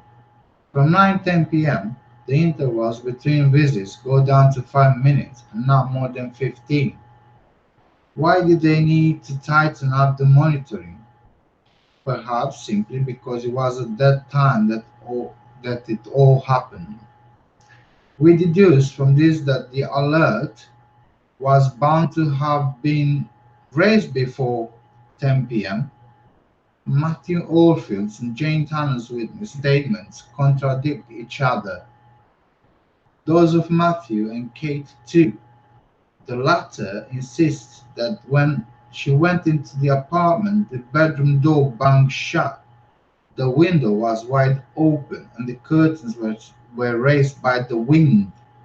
However, Matthew said nothing about all of that, only a definite light in the bedroom. This is rather implausible. From his vantage point, the bedroom doorway, the line of sight between the door and the window, is limited to a straight line of close to 4 meters, which means that if the window had been open, he would inevitably have noticed it. Why such vagueness? Another obvious mistake concerns the number of windows. He mentioned two, while in reality there was only one. His wife repeated the same mistake when she stated that her husband had listened at two bedroom windows during his second round. Another question concerns Jane Tanner's second visit to apartment D. 5D. According to what the group says, at 9:30 p.m., Matt Oldfield accompanied Russell O'Brien as far as his accommodation, 5D, and both heard the child crying. Russell then stayed there. When Matthew returned to the tapas to let Jane know that their daughter was ill, the latter went to the child's bedside in 5D and did not come back. These contradictions cannot hide the reality. The safety of the children left a lot to be desired. That's it with this chapter. Yeah. Yeah. So, Miss Jansky. It was. They wrote on her book. Yes, it seems that it was on Madeleine's book that they wrote. I mean, you would think at this point they would keep that book precious because it was one of their daughters. things when you know, she disappeared, and they would have sentimental value, but they decided to rip it off and scribble on it. Yeah. And then is also the inconsistency of the timelines. Obviously, I think that they did a second timeline because they noticed that the first one doesn't make sense, and not enough coverage is done in terms of checking the children. So, yeah. Ms. Jansky, the account of a waiter definitely disputed their claims, the frequency of checking. Yes, yeah.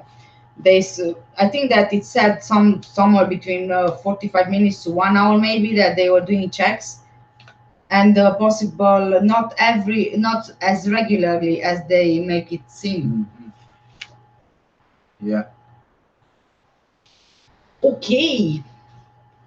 I'm not sure if he's awake. I'm not sure either. I will go to check if you don't mind, guys. Okay. Sorry. Okay, I can jump in on the next chapter in the meantime. Yeah. Is there no more comments here? Okay, chapter 13. Contradictions or clues. How do you explain the differences from one to another between the witness statements? What comes immediately to mind is that the parents did not want to be thought of as irresponsible adults. What would people think of these stories? Doctors, moreover, who leave their very small children alone in their bedroom while they dine amongst friends. A well-waitered meal, since they usually consume 8 bottles of wine, according to witness statements. They were bound to be all the more panic-stricken given that they were abroad and going to have to deal with a police force and the law which they knew nothing about. So it was important for them to maintain that the children were safe. However, none of the buildings was equipped with a security door. On the contrary, it was simple, wood-paneled doors equipped with ordinary locks. The Oldfield and O'Brien families, who also occupied ground floor accommodation, considered their children to be in a safe place, since all the doors were locked. They forgot about the patio doors opening onto a little balcony at the rear of the building, which they could not watch from their tables. The McCanns did not think any differently, even though the patio door was unlocked, and that from the restaurant, as we have already mentioned, the building could barely be made out. That means that anyone could have got into their apartment without being seen. Kate Healy has always insisted that she went into her apartment the back way, while Jerry says he went through the main door, the one at the front, which he opened with his key. Jeremy Wilkins, a tourist who was returning from a walk with his baby, confirms having spoken to him for a few minutes while he was coming out of his apartment by the garden gate at the rear. Not only is this detail important, but it becomes crucial in understanding what happened during the night of May the 3rd. Why does Gerald insist that he went in the front way when it's quicker to go the back way? To show that his children were safe. Matt Oldfield assures us that the first time he went to check on the children, he contented himself with listening at the windows. He didn't hear anyone crying. His meal is going cold, and instead of using the back way for speed, he makes this long detour to listen at the windows at the front. Yes, but don't forget that apart from the McCanns, the others had locked their patio doors, so he would inevitably have to go around.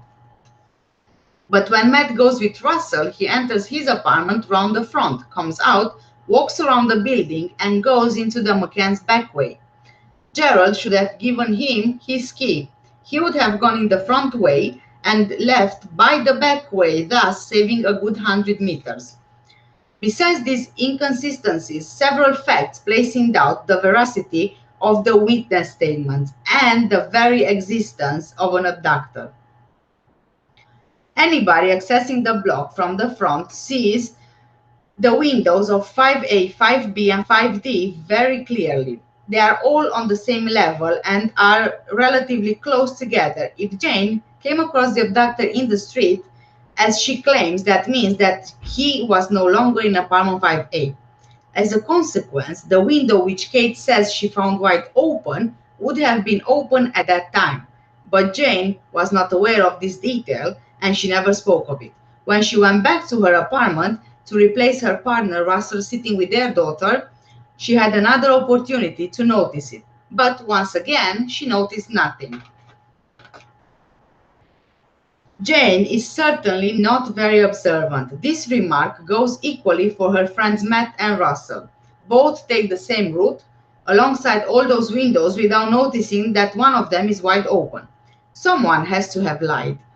Kate Healy's statements leave a lot to be desired. This is the gist of it.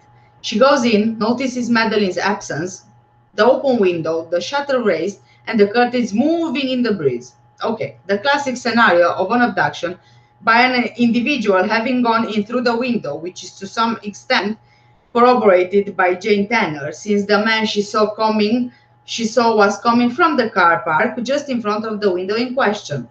Looking at what follows, Kate looks for Madeleine all over the apartment and, not finding her, goes running towards the tapas shouting, "We let her down."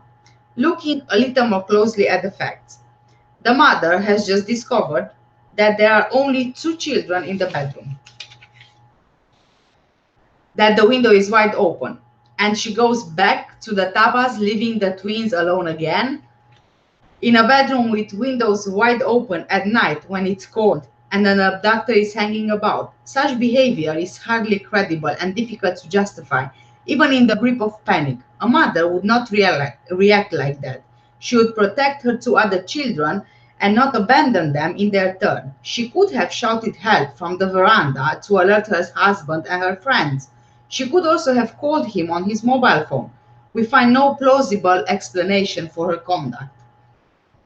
Going back to the window, there is no doubt that it was opened at some point. When Amy T., one of the workers from the nursery, heard the alarm drawing attention to the disappearance shortly after 10 p.m., she went to apartment 5A.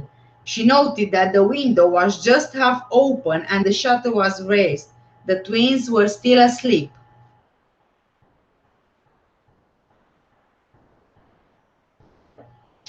Okay, that's the end of chapter 13. Robert is saying, listening and making baked apples. Baked apples, yummy, yummy baked apples. Do you put cinnamon on them?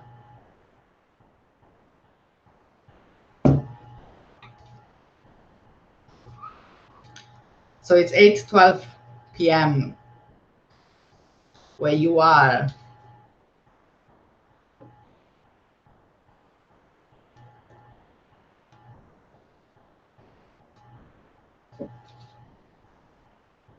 Vizhansky, oh, me want some. Yes, me want some too.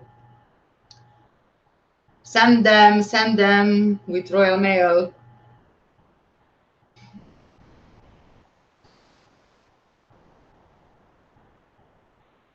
JD saying, I'm tired.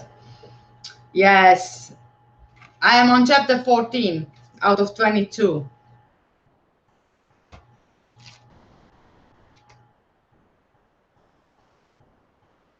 Is everybody tired?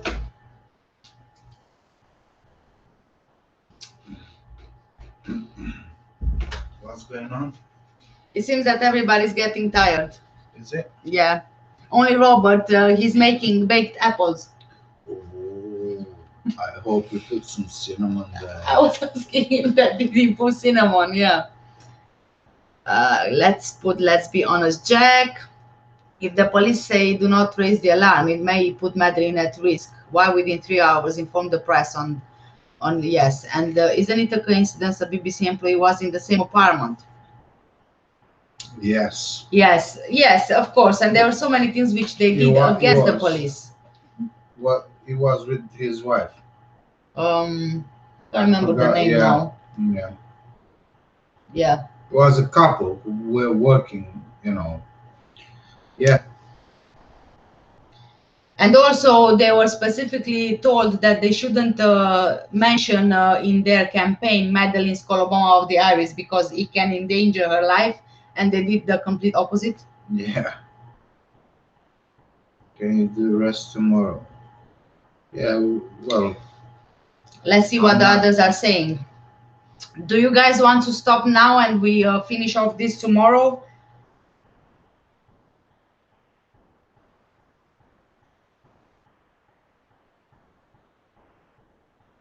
Can we put Robert's comment on, please?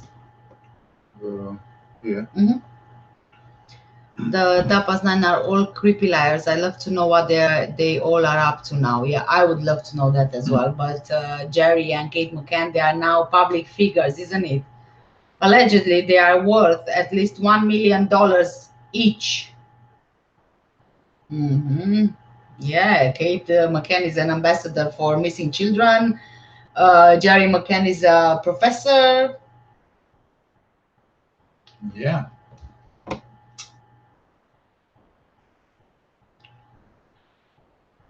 Custard?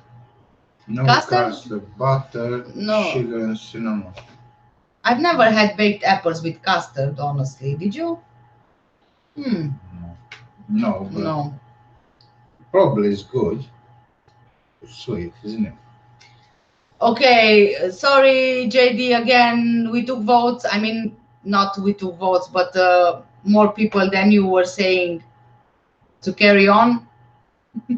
JD, this goes against, again, against what you tried earlier for me to read differently. Remember when you were the only one? Yeah. So are you guys going to keep staying then? You, Miss Jensky and JD.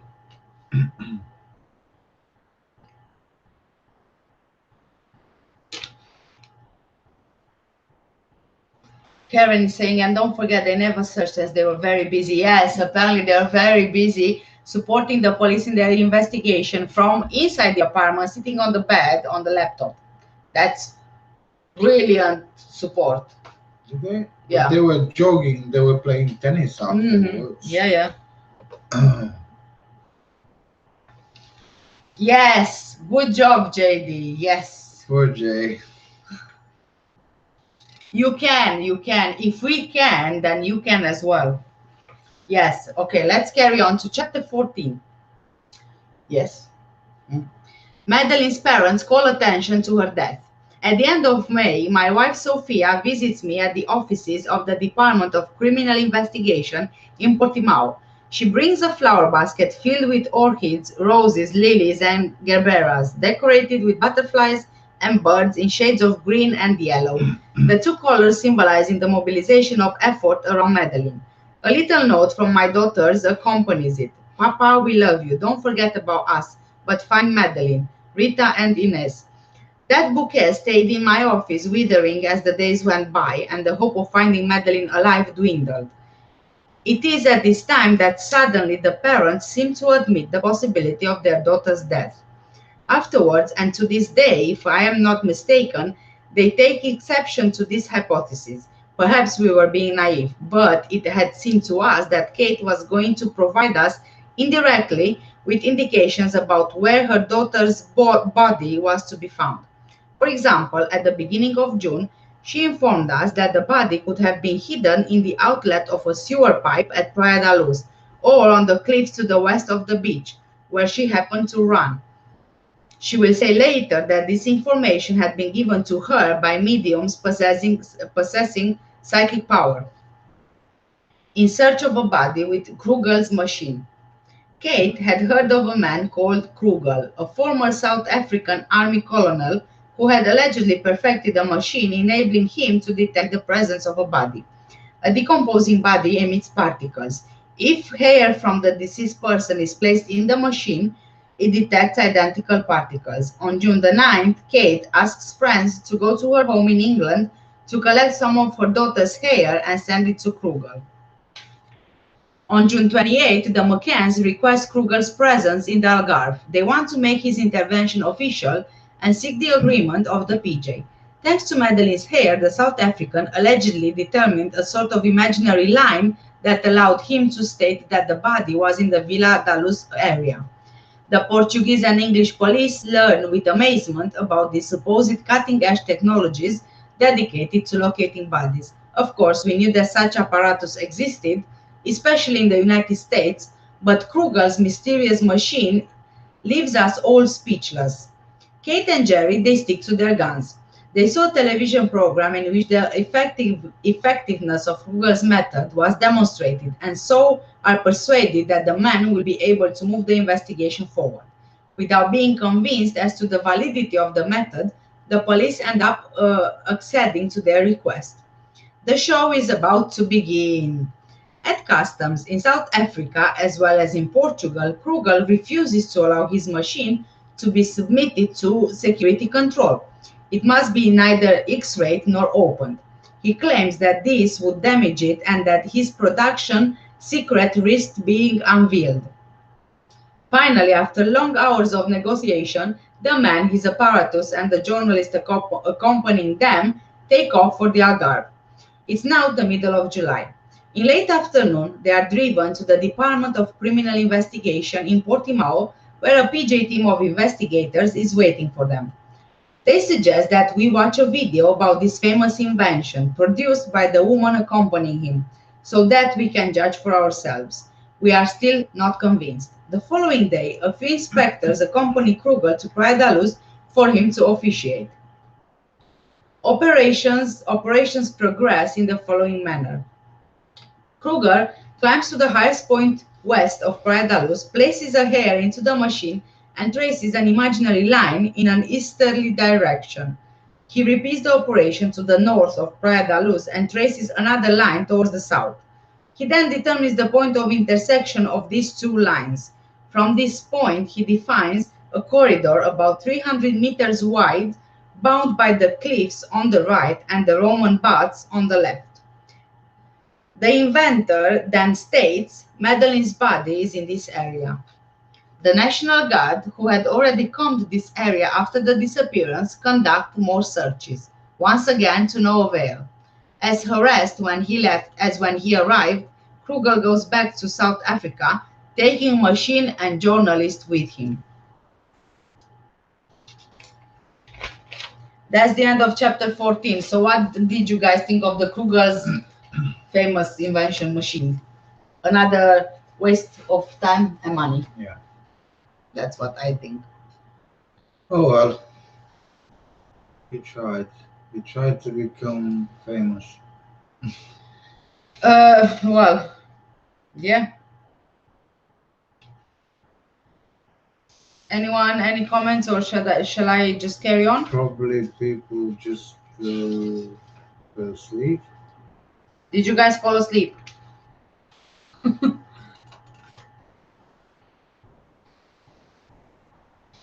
Okay. Maybe half for one. It's not. We're on chapter 15. It's not a lot left now. Well, Chapter 15, Memory of a Crime. The presence or otherwise of a body considerably changes the way investigations are led. In the first instance, at least where the legal definition of a crime is concerned, the investigation is facilitated. The body is identified, autopsied, and then, with the help of any clues picked up, the cause of death is determined. If the conclusion is violent death caused by a third party, research can get underway from a reliable point of departure. Faced with a person's disappearance, the situation is more difficult. It's impossible to say that it's a criminal matter, and police officers have to start their investigation not knowing if the individual they are looking for is alive or dead. If he is alive, he may have disappeared of his own free will. It is then necessary to understand the reasons in order to direct the searches. Or being the victim of an abduction, the reasons for such an act are complex: ransom demand, vengeance, pedophilia, etc. If the missing person is thought to be dead, the death is not necessarily murder. It could have resulted from an accident or third-party negligence. But without a body, we can be sure of nothing. A body tells the story of a crime. I remember the Mariana case about a little 3-year-old girl kicked to death by her own father in 1999. I was working in Agores then at the PJ's Ponta Delgada Department of Criminal Investigation.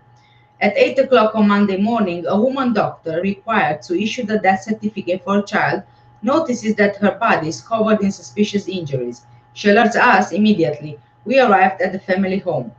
The mother is sitting on a blood-soaked towel which she is trying unsuccessfully to hide. The parents relate that little Mariana died in her sleep, that she allegedly choked on her feeding bottle. A pitiful lie that does not stand up to even superficial examination of the body. Signs of violent blows are visible on her back and on her buttocks. These are imprints from the soles of the father's boots. Mariana is showing serious injuries to her skull. After having pummeled her with kicks, the father hurled her with all his strength against the wall. 8 months old. Then, grabbing her by the hair, he violently hit her head several times against the bedroom wall under the passive gaze of the mother. Animal violence that killed Mariana. The parents then decided to get rid of the body legally by requesting a death certificate. Tragic mistake. They faked the crime scene, washed the blood off the walls and places where the father had hit the little girl. To get rid of all trace of the crime, they threw it into the bin. The denim skirt that the little girl wore for the first time that Sunday, the garment covered in dust, and the torn-out shoulder straps attest to the violence suffered. Mariana had simply asked to visit her godmother, who lived opposite. The father, jealous, mad with rage, lashed out at her to the point of killing her. After the examination of the body, the medical examiner and the investigators were in no doubt. Mariana had been savagely killed by her father with the passive consent of the mother and in front of her 5-year-old brother. In the present case, the perpetrators of the crime did not seek to hide the body, but to cover up the truth. At the time of the confessions, the man described the scene for us in a very cold way, factually, showing not the slightest regret. I had to leave my colleague to continue the interrogation alone. I was so upset. How could a father come to kill his own child? I had to get a grip on myself. I had experienced such things before. I needed all my composure if I wanted to continue the investigation with the required objectivity. Truth and justice, that's all that remains for these children. I have often related this case to colleagues to show them to what extent a body can talk to investigators, help them discover what really happened. Unlike other individuals, these two had neither the imagination nor the intelligence to hide the remains. In order to conceal his crime, the murderer can hide the body or alter the crime scene in such a way as to divert suspicion. But this is not always the case. Someone may also get rid of a body without having committed a criminal act. For what reasons? Fear, for example, of being judged by his peers. Imagine a couple of doctors going on holiday abroad to a country they hardly know. They leave their 3 children to sleep alone in their apartment, to go to a restaurant 100 meters away. When they come back, one of the children is dead. It could be an accident or murder. What do? They call the police and in a way admit that they were more than negligent. And what will happen when they go back home? What will the consequences be? Will their professional future be compromised? Will they be charged? Will they retain custody of the younger ones? As I said at the start of the book, no lead must be abandoned while it has not technically been ruled out. In the course of the investigation, with the discovery of more details, some proved to be more encouraging than others, and for that reason must be gone into more thoroughly. The overall scope changes. At a certain stage in the investigation, to explain Madeleine's disappearance, we had considered the scenario of the concealment of a body. But before coming to that conclusion, we had to exhaust all leads that favored the theory of abduction.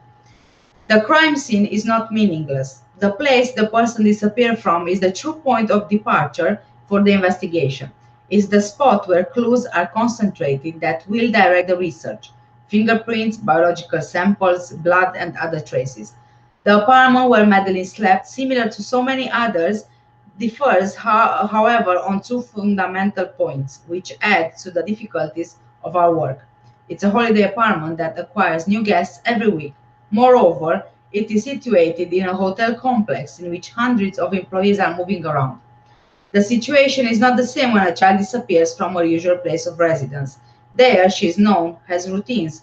People encounter her every day with her family. It's not difficult to find out what she was doing in the hours preceding her disappearance. In a holiday village, there is very little time available to gather the maximum number of witness statements, since some tourists are already on the point of departure. Those not achieved have to be left to the goodwill of the police authorities of the country of origin. Because of the great number of people to interview, a few days are needed to obtain an overall view of the situation. One thing is sure, only the accumulation of many witness statements enables the piecing back together of the puzzle of the events. I finished with the chapter, and I want to apologize if this description might have been triggering for some of you. I didn't realize that I will start reading about this. I just realized what it is when I was in the middle of reading it. Somehow it slipped my mind, maybe because of what it is really. When I was halfway through it, I had to finish reading it. But it's very disturbing how descriptive it is, though. I don't know how it slipped my mind.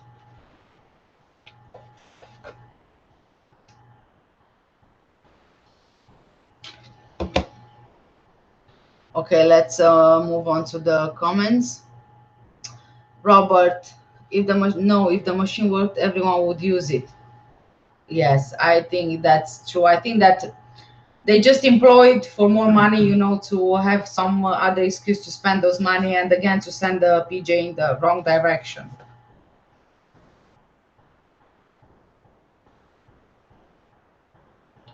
Robert is saying the McCanns either had to hide Maddie's body because it would show signs of abuse, or she was a medical experiment, for example, clone or genetic manipulation. Yeah, something was definitely there which is not meant to come out. I like Robert. You like Robert? Yeah. I like all of my viewers. No, but I like Robert, what he said here. Oh, yeah. That's a really good point. Because covers all the areas there. Yeah, good. Yeah.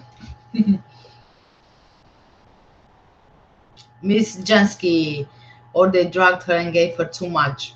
That can be also. Yeah. Because she had coloboma of the iris, obviously. They were saying about complications. Yes. Yeah.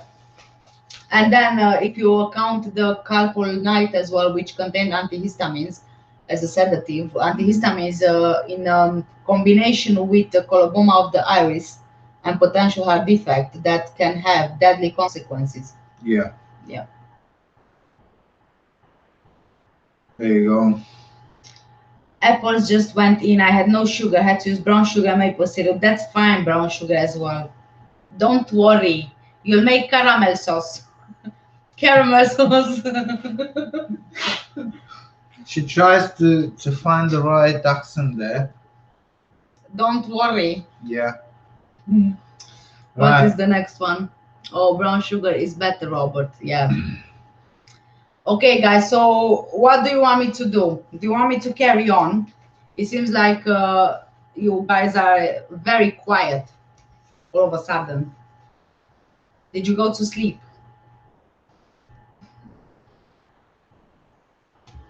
Yeah. If an overdose was the case, why all the assistance from the UK government? Jerry had to have blackmail on officials. You know, I was also thinking about that project, Guanco Comare, the nuclear project thing. You know, when Jerry was on the commission list and he signed off that the nuclear power plant in general doesn't affect children living in the surrounding areas, and is not a high risk for them to get leukemia from the radiation from nuclear power plant. And a lot of doctors and scientific people, they signed off on that. That is true, what the findings were. But compared to a German report of the same thing being done in Germany, that report found that indeed children living in surrounding areas of a nuclear power plant, they are more likely to get leukemia than all other children in the rest of Germany. So those children were at higher risk. And this can also be another factor as to why would Jerry blackmail officials into helping him. Although I don't see it as such. Well, because he signed. Yeah, because he said signed some. Yeah. It's all right. It's Yeah. safe. Although it's not. It's not safe. No, but he did that. Yeah. So, yeah.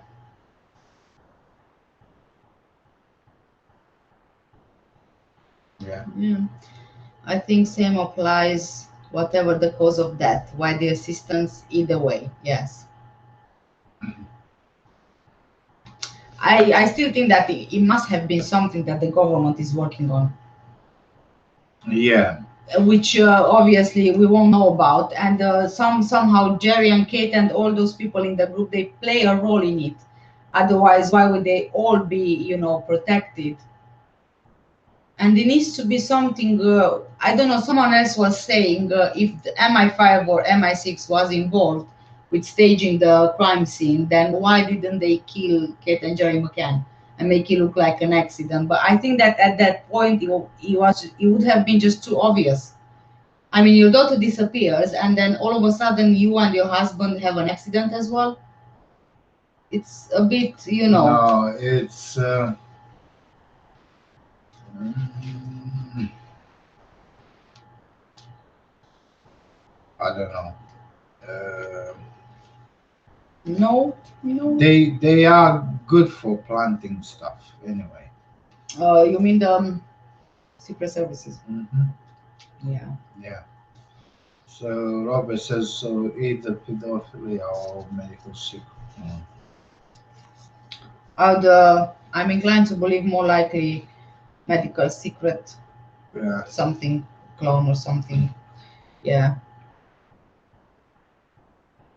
I keep hearing some Yeah, me too. noises. Is it not the heating? No. No?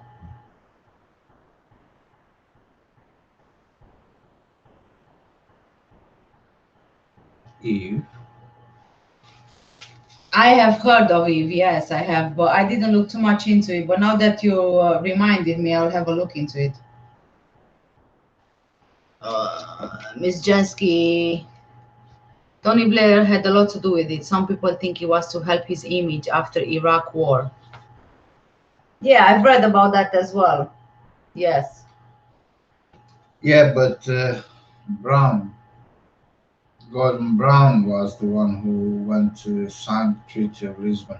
Yeah, but before Gordon Brown, it was Tony Blair. So they were like in sequence: Tony Blair, Gordon Brown, Theresa May, Cameron, blah blah blah blah. All these prime ministers, who none of them are accepting the responsibility for any of the money that went on.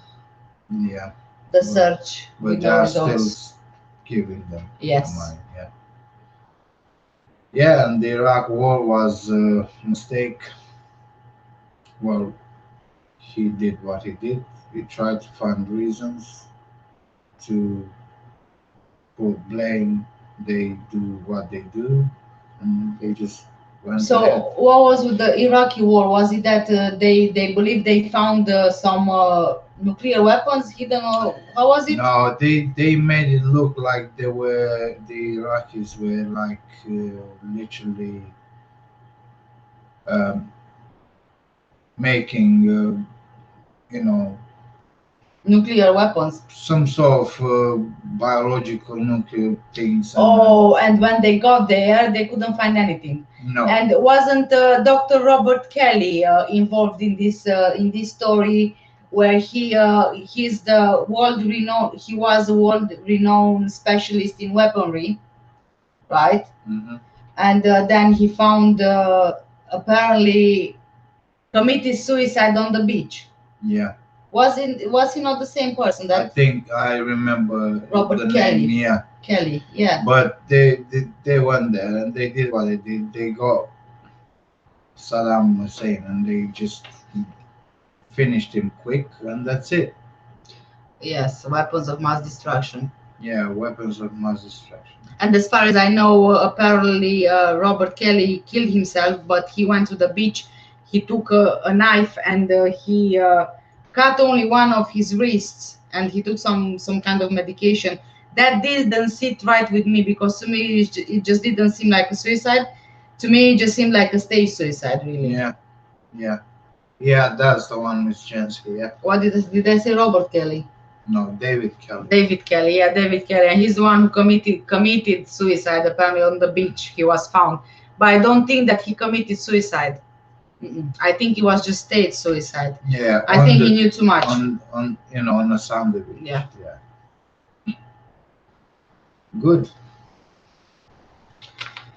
Okay, guys, I know it's very late. It's almost 2 o'clock in the morning, so I think we will carry on with the rest of the chapters tomorrow. So we are left at chapter 16 out of 22. So tomorrow's video won't be as long as this one. What time? Well, I know. Yeah, I know you work tomorrow, but in the morning I have to record the 3 videos, so it can't be in the morning. All right. So it might be around afternoon. Afternoon, 5 o'clock. Yeah, I will give you that time. Yeah. If you want? 5 Yeah, I'll o'clock. be with him. Okay. Yeah. Well, he will be sleeping, isn't he? Because he I'm goes to not nursery sure. tomorrow. I'm not sure, but we'll see. Yeah. So 5 o'clock tomorrow afternoon, we can finish with this book. Yeah. Let's see. Last comment here. In the US, we have a well-known defamation lawyer accusing the Chief Justice of the Supreme Court of pedophilia and murder. He theorizes he was blackmailed. This man would not lie of such a thing. I haven't heard of that. Yeah, there are so many things. Hi, Catherine. Hi, Catherine. Seems to be everywhere. Yeah. Yeah. So you'll just go and let them know. Yeah, tomorrow at 5 o'clock. You guys, if you can join our live, it will be the end of the book. I didn't think it would be in 3 parts, but it's quite. Yeah, it's quite almost long. 2 o'clock in the morning. I'm going work in the morning. The little one goes nursery, and then everybody's gone quiet now. So I'm guessing you guys are tired as well. Yeah. Okay. So see tomorrow 5 p.m. UK time. We will see you back here. The last live of the book. Maybe we can have a longer conversation because it's a bit earlier in the day. Can't even talk properly anymore. Yes, Robert, there are so many news, but obviously not big coverage here in the UK. And maybe in general, if it's something. Maybe in general, well, yeah. But yeah, I hear from different sources about this. Ms. Jansky, and we have to try to sleep after all this horrible stuff. I will be dreaming Robert, of those what did you apples. do? What did you do, Robert? Robert, you shouldn't have, mentioned those apples because people are going crazy over here with the baked apples now. Okay, guys. See you tomorrow then at 5 o'clock. Have a good night, everyone, and thank you so much for joining. You might not see me because if he's awake, I will just go out with him for a stroll, and my wife will continue with the rest of the book. So we'll see. Yes. Thank you so much for joining again, guys. Take care and good night, everybody. And good day, because in Robert is now. It's evening. It's evening, isn't it? Yeah, it's evening. Yeah. Bye. Good night, everybody. Bye bye. Bye bye.